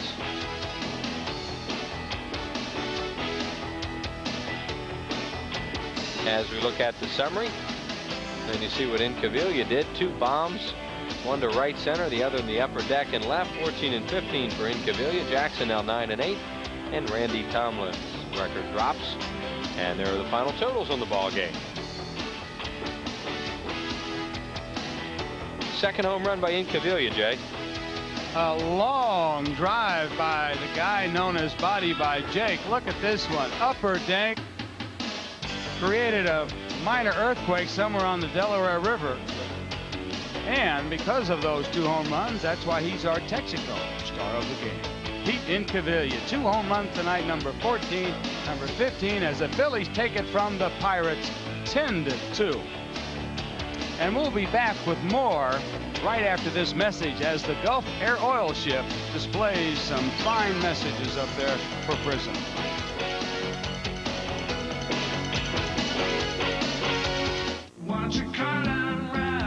If you want your car done right, it has to be done by the right people. We take care of our customers. We do the job right. Quality all the way. Experience counts. The customer comes first. Satisfaction guaranteed. We're only as good as our people. That's why Jiffy Lube is America's favorite oil change. We got experience at Jiffy Lube. It's often taken for granted, yet it's as precious as the very air we breathe. It's called freedom. And it's what inspired Independence Blue Cross and Pennsylvania Blue Shield to create the new Personal Choice, a health plan that offers people the low costs of an HMO without asking them to give up what they value most, their freedom. Personal Choice, the health plan that controls costs, not people. My mama told me you better shop around. Shop around. You better shop around. My mama told me you better shop around. Shop around. You better shop around. I always go to the shopping center 9 out of 10 people use. The genuine Belle of Pennsylvania yellow pages. 9 out of 10 use it. No other book can match it. A Belle Atlantic Company. When you work one job, grab a quick lunch, a quicker dinner, and move on to job number 2. How you gonna spell relief?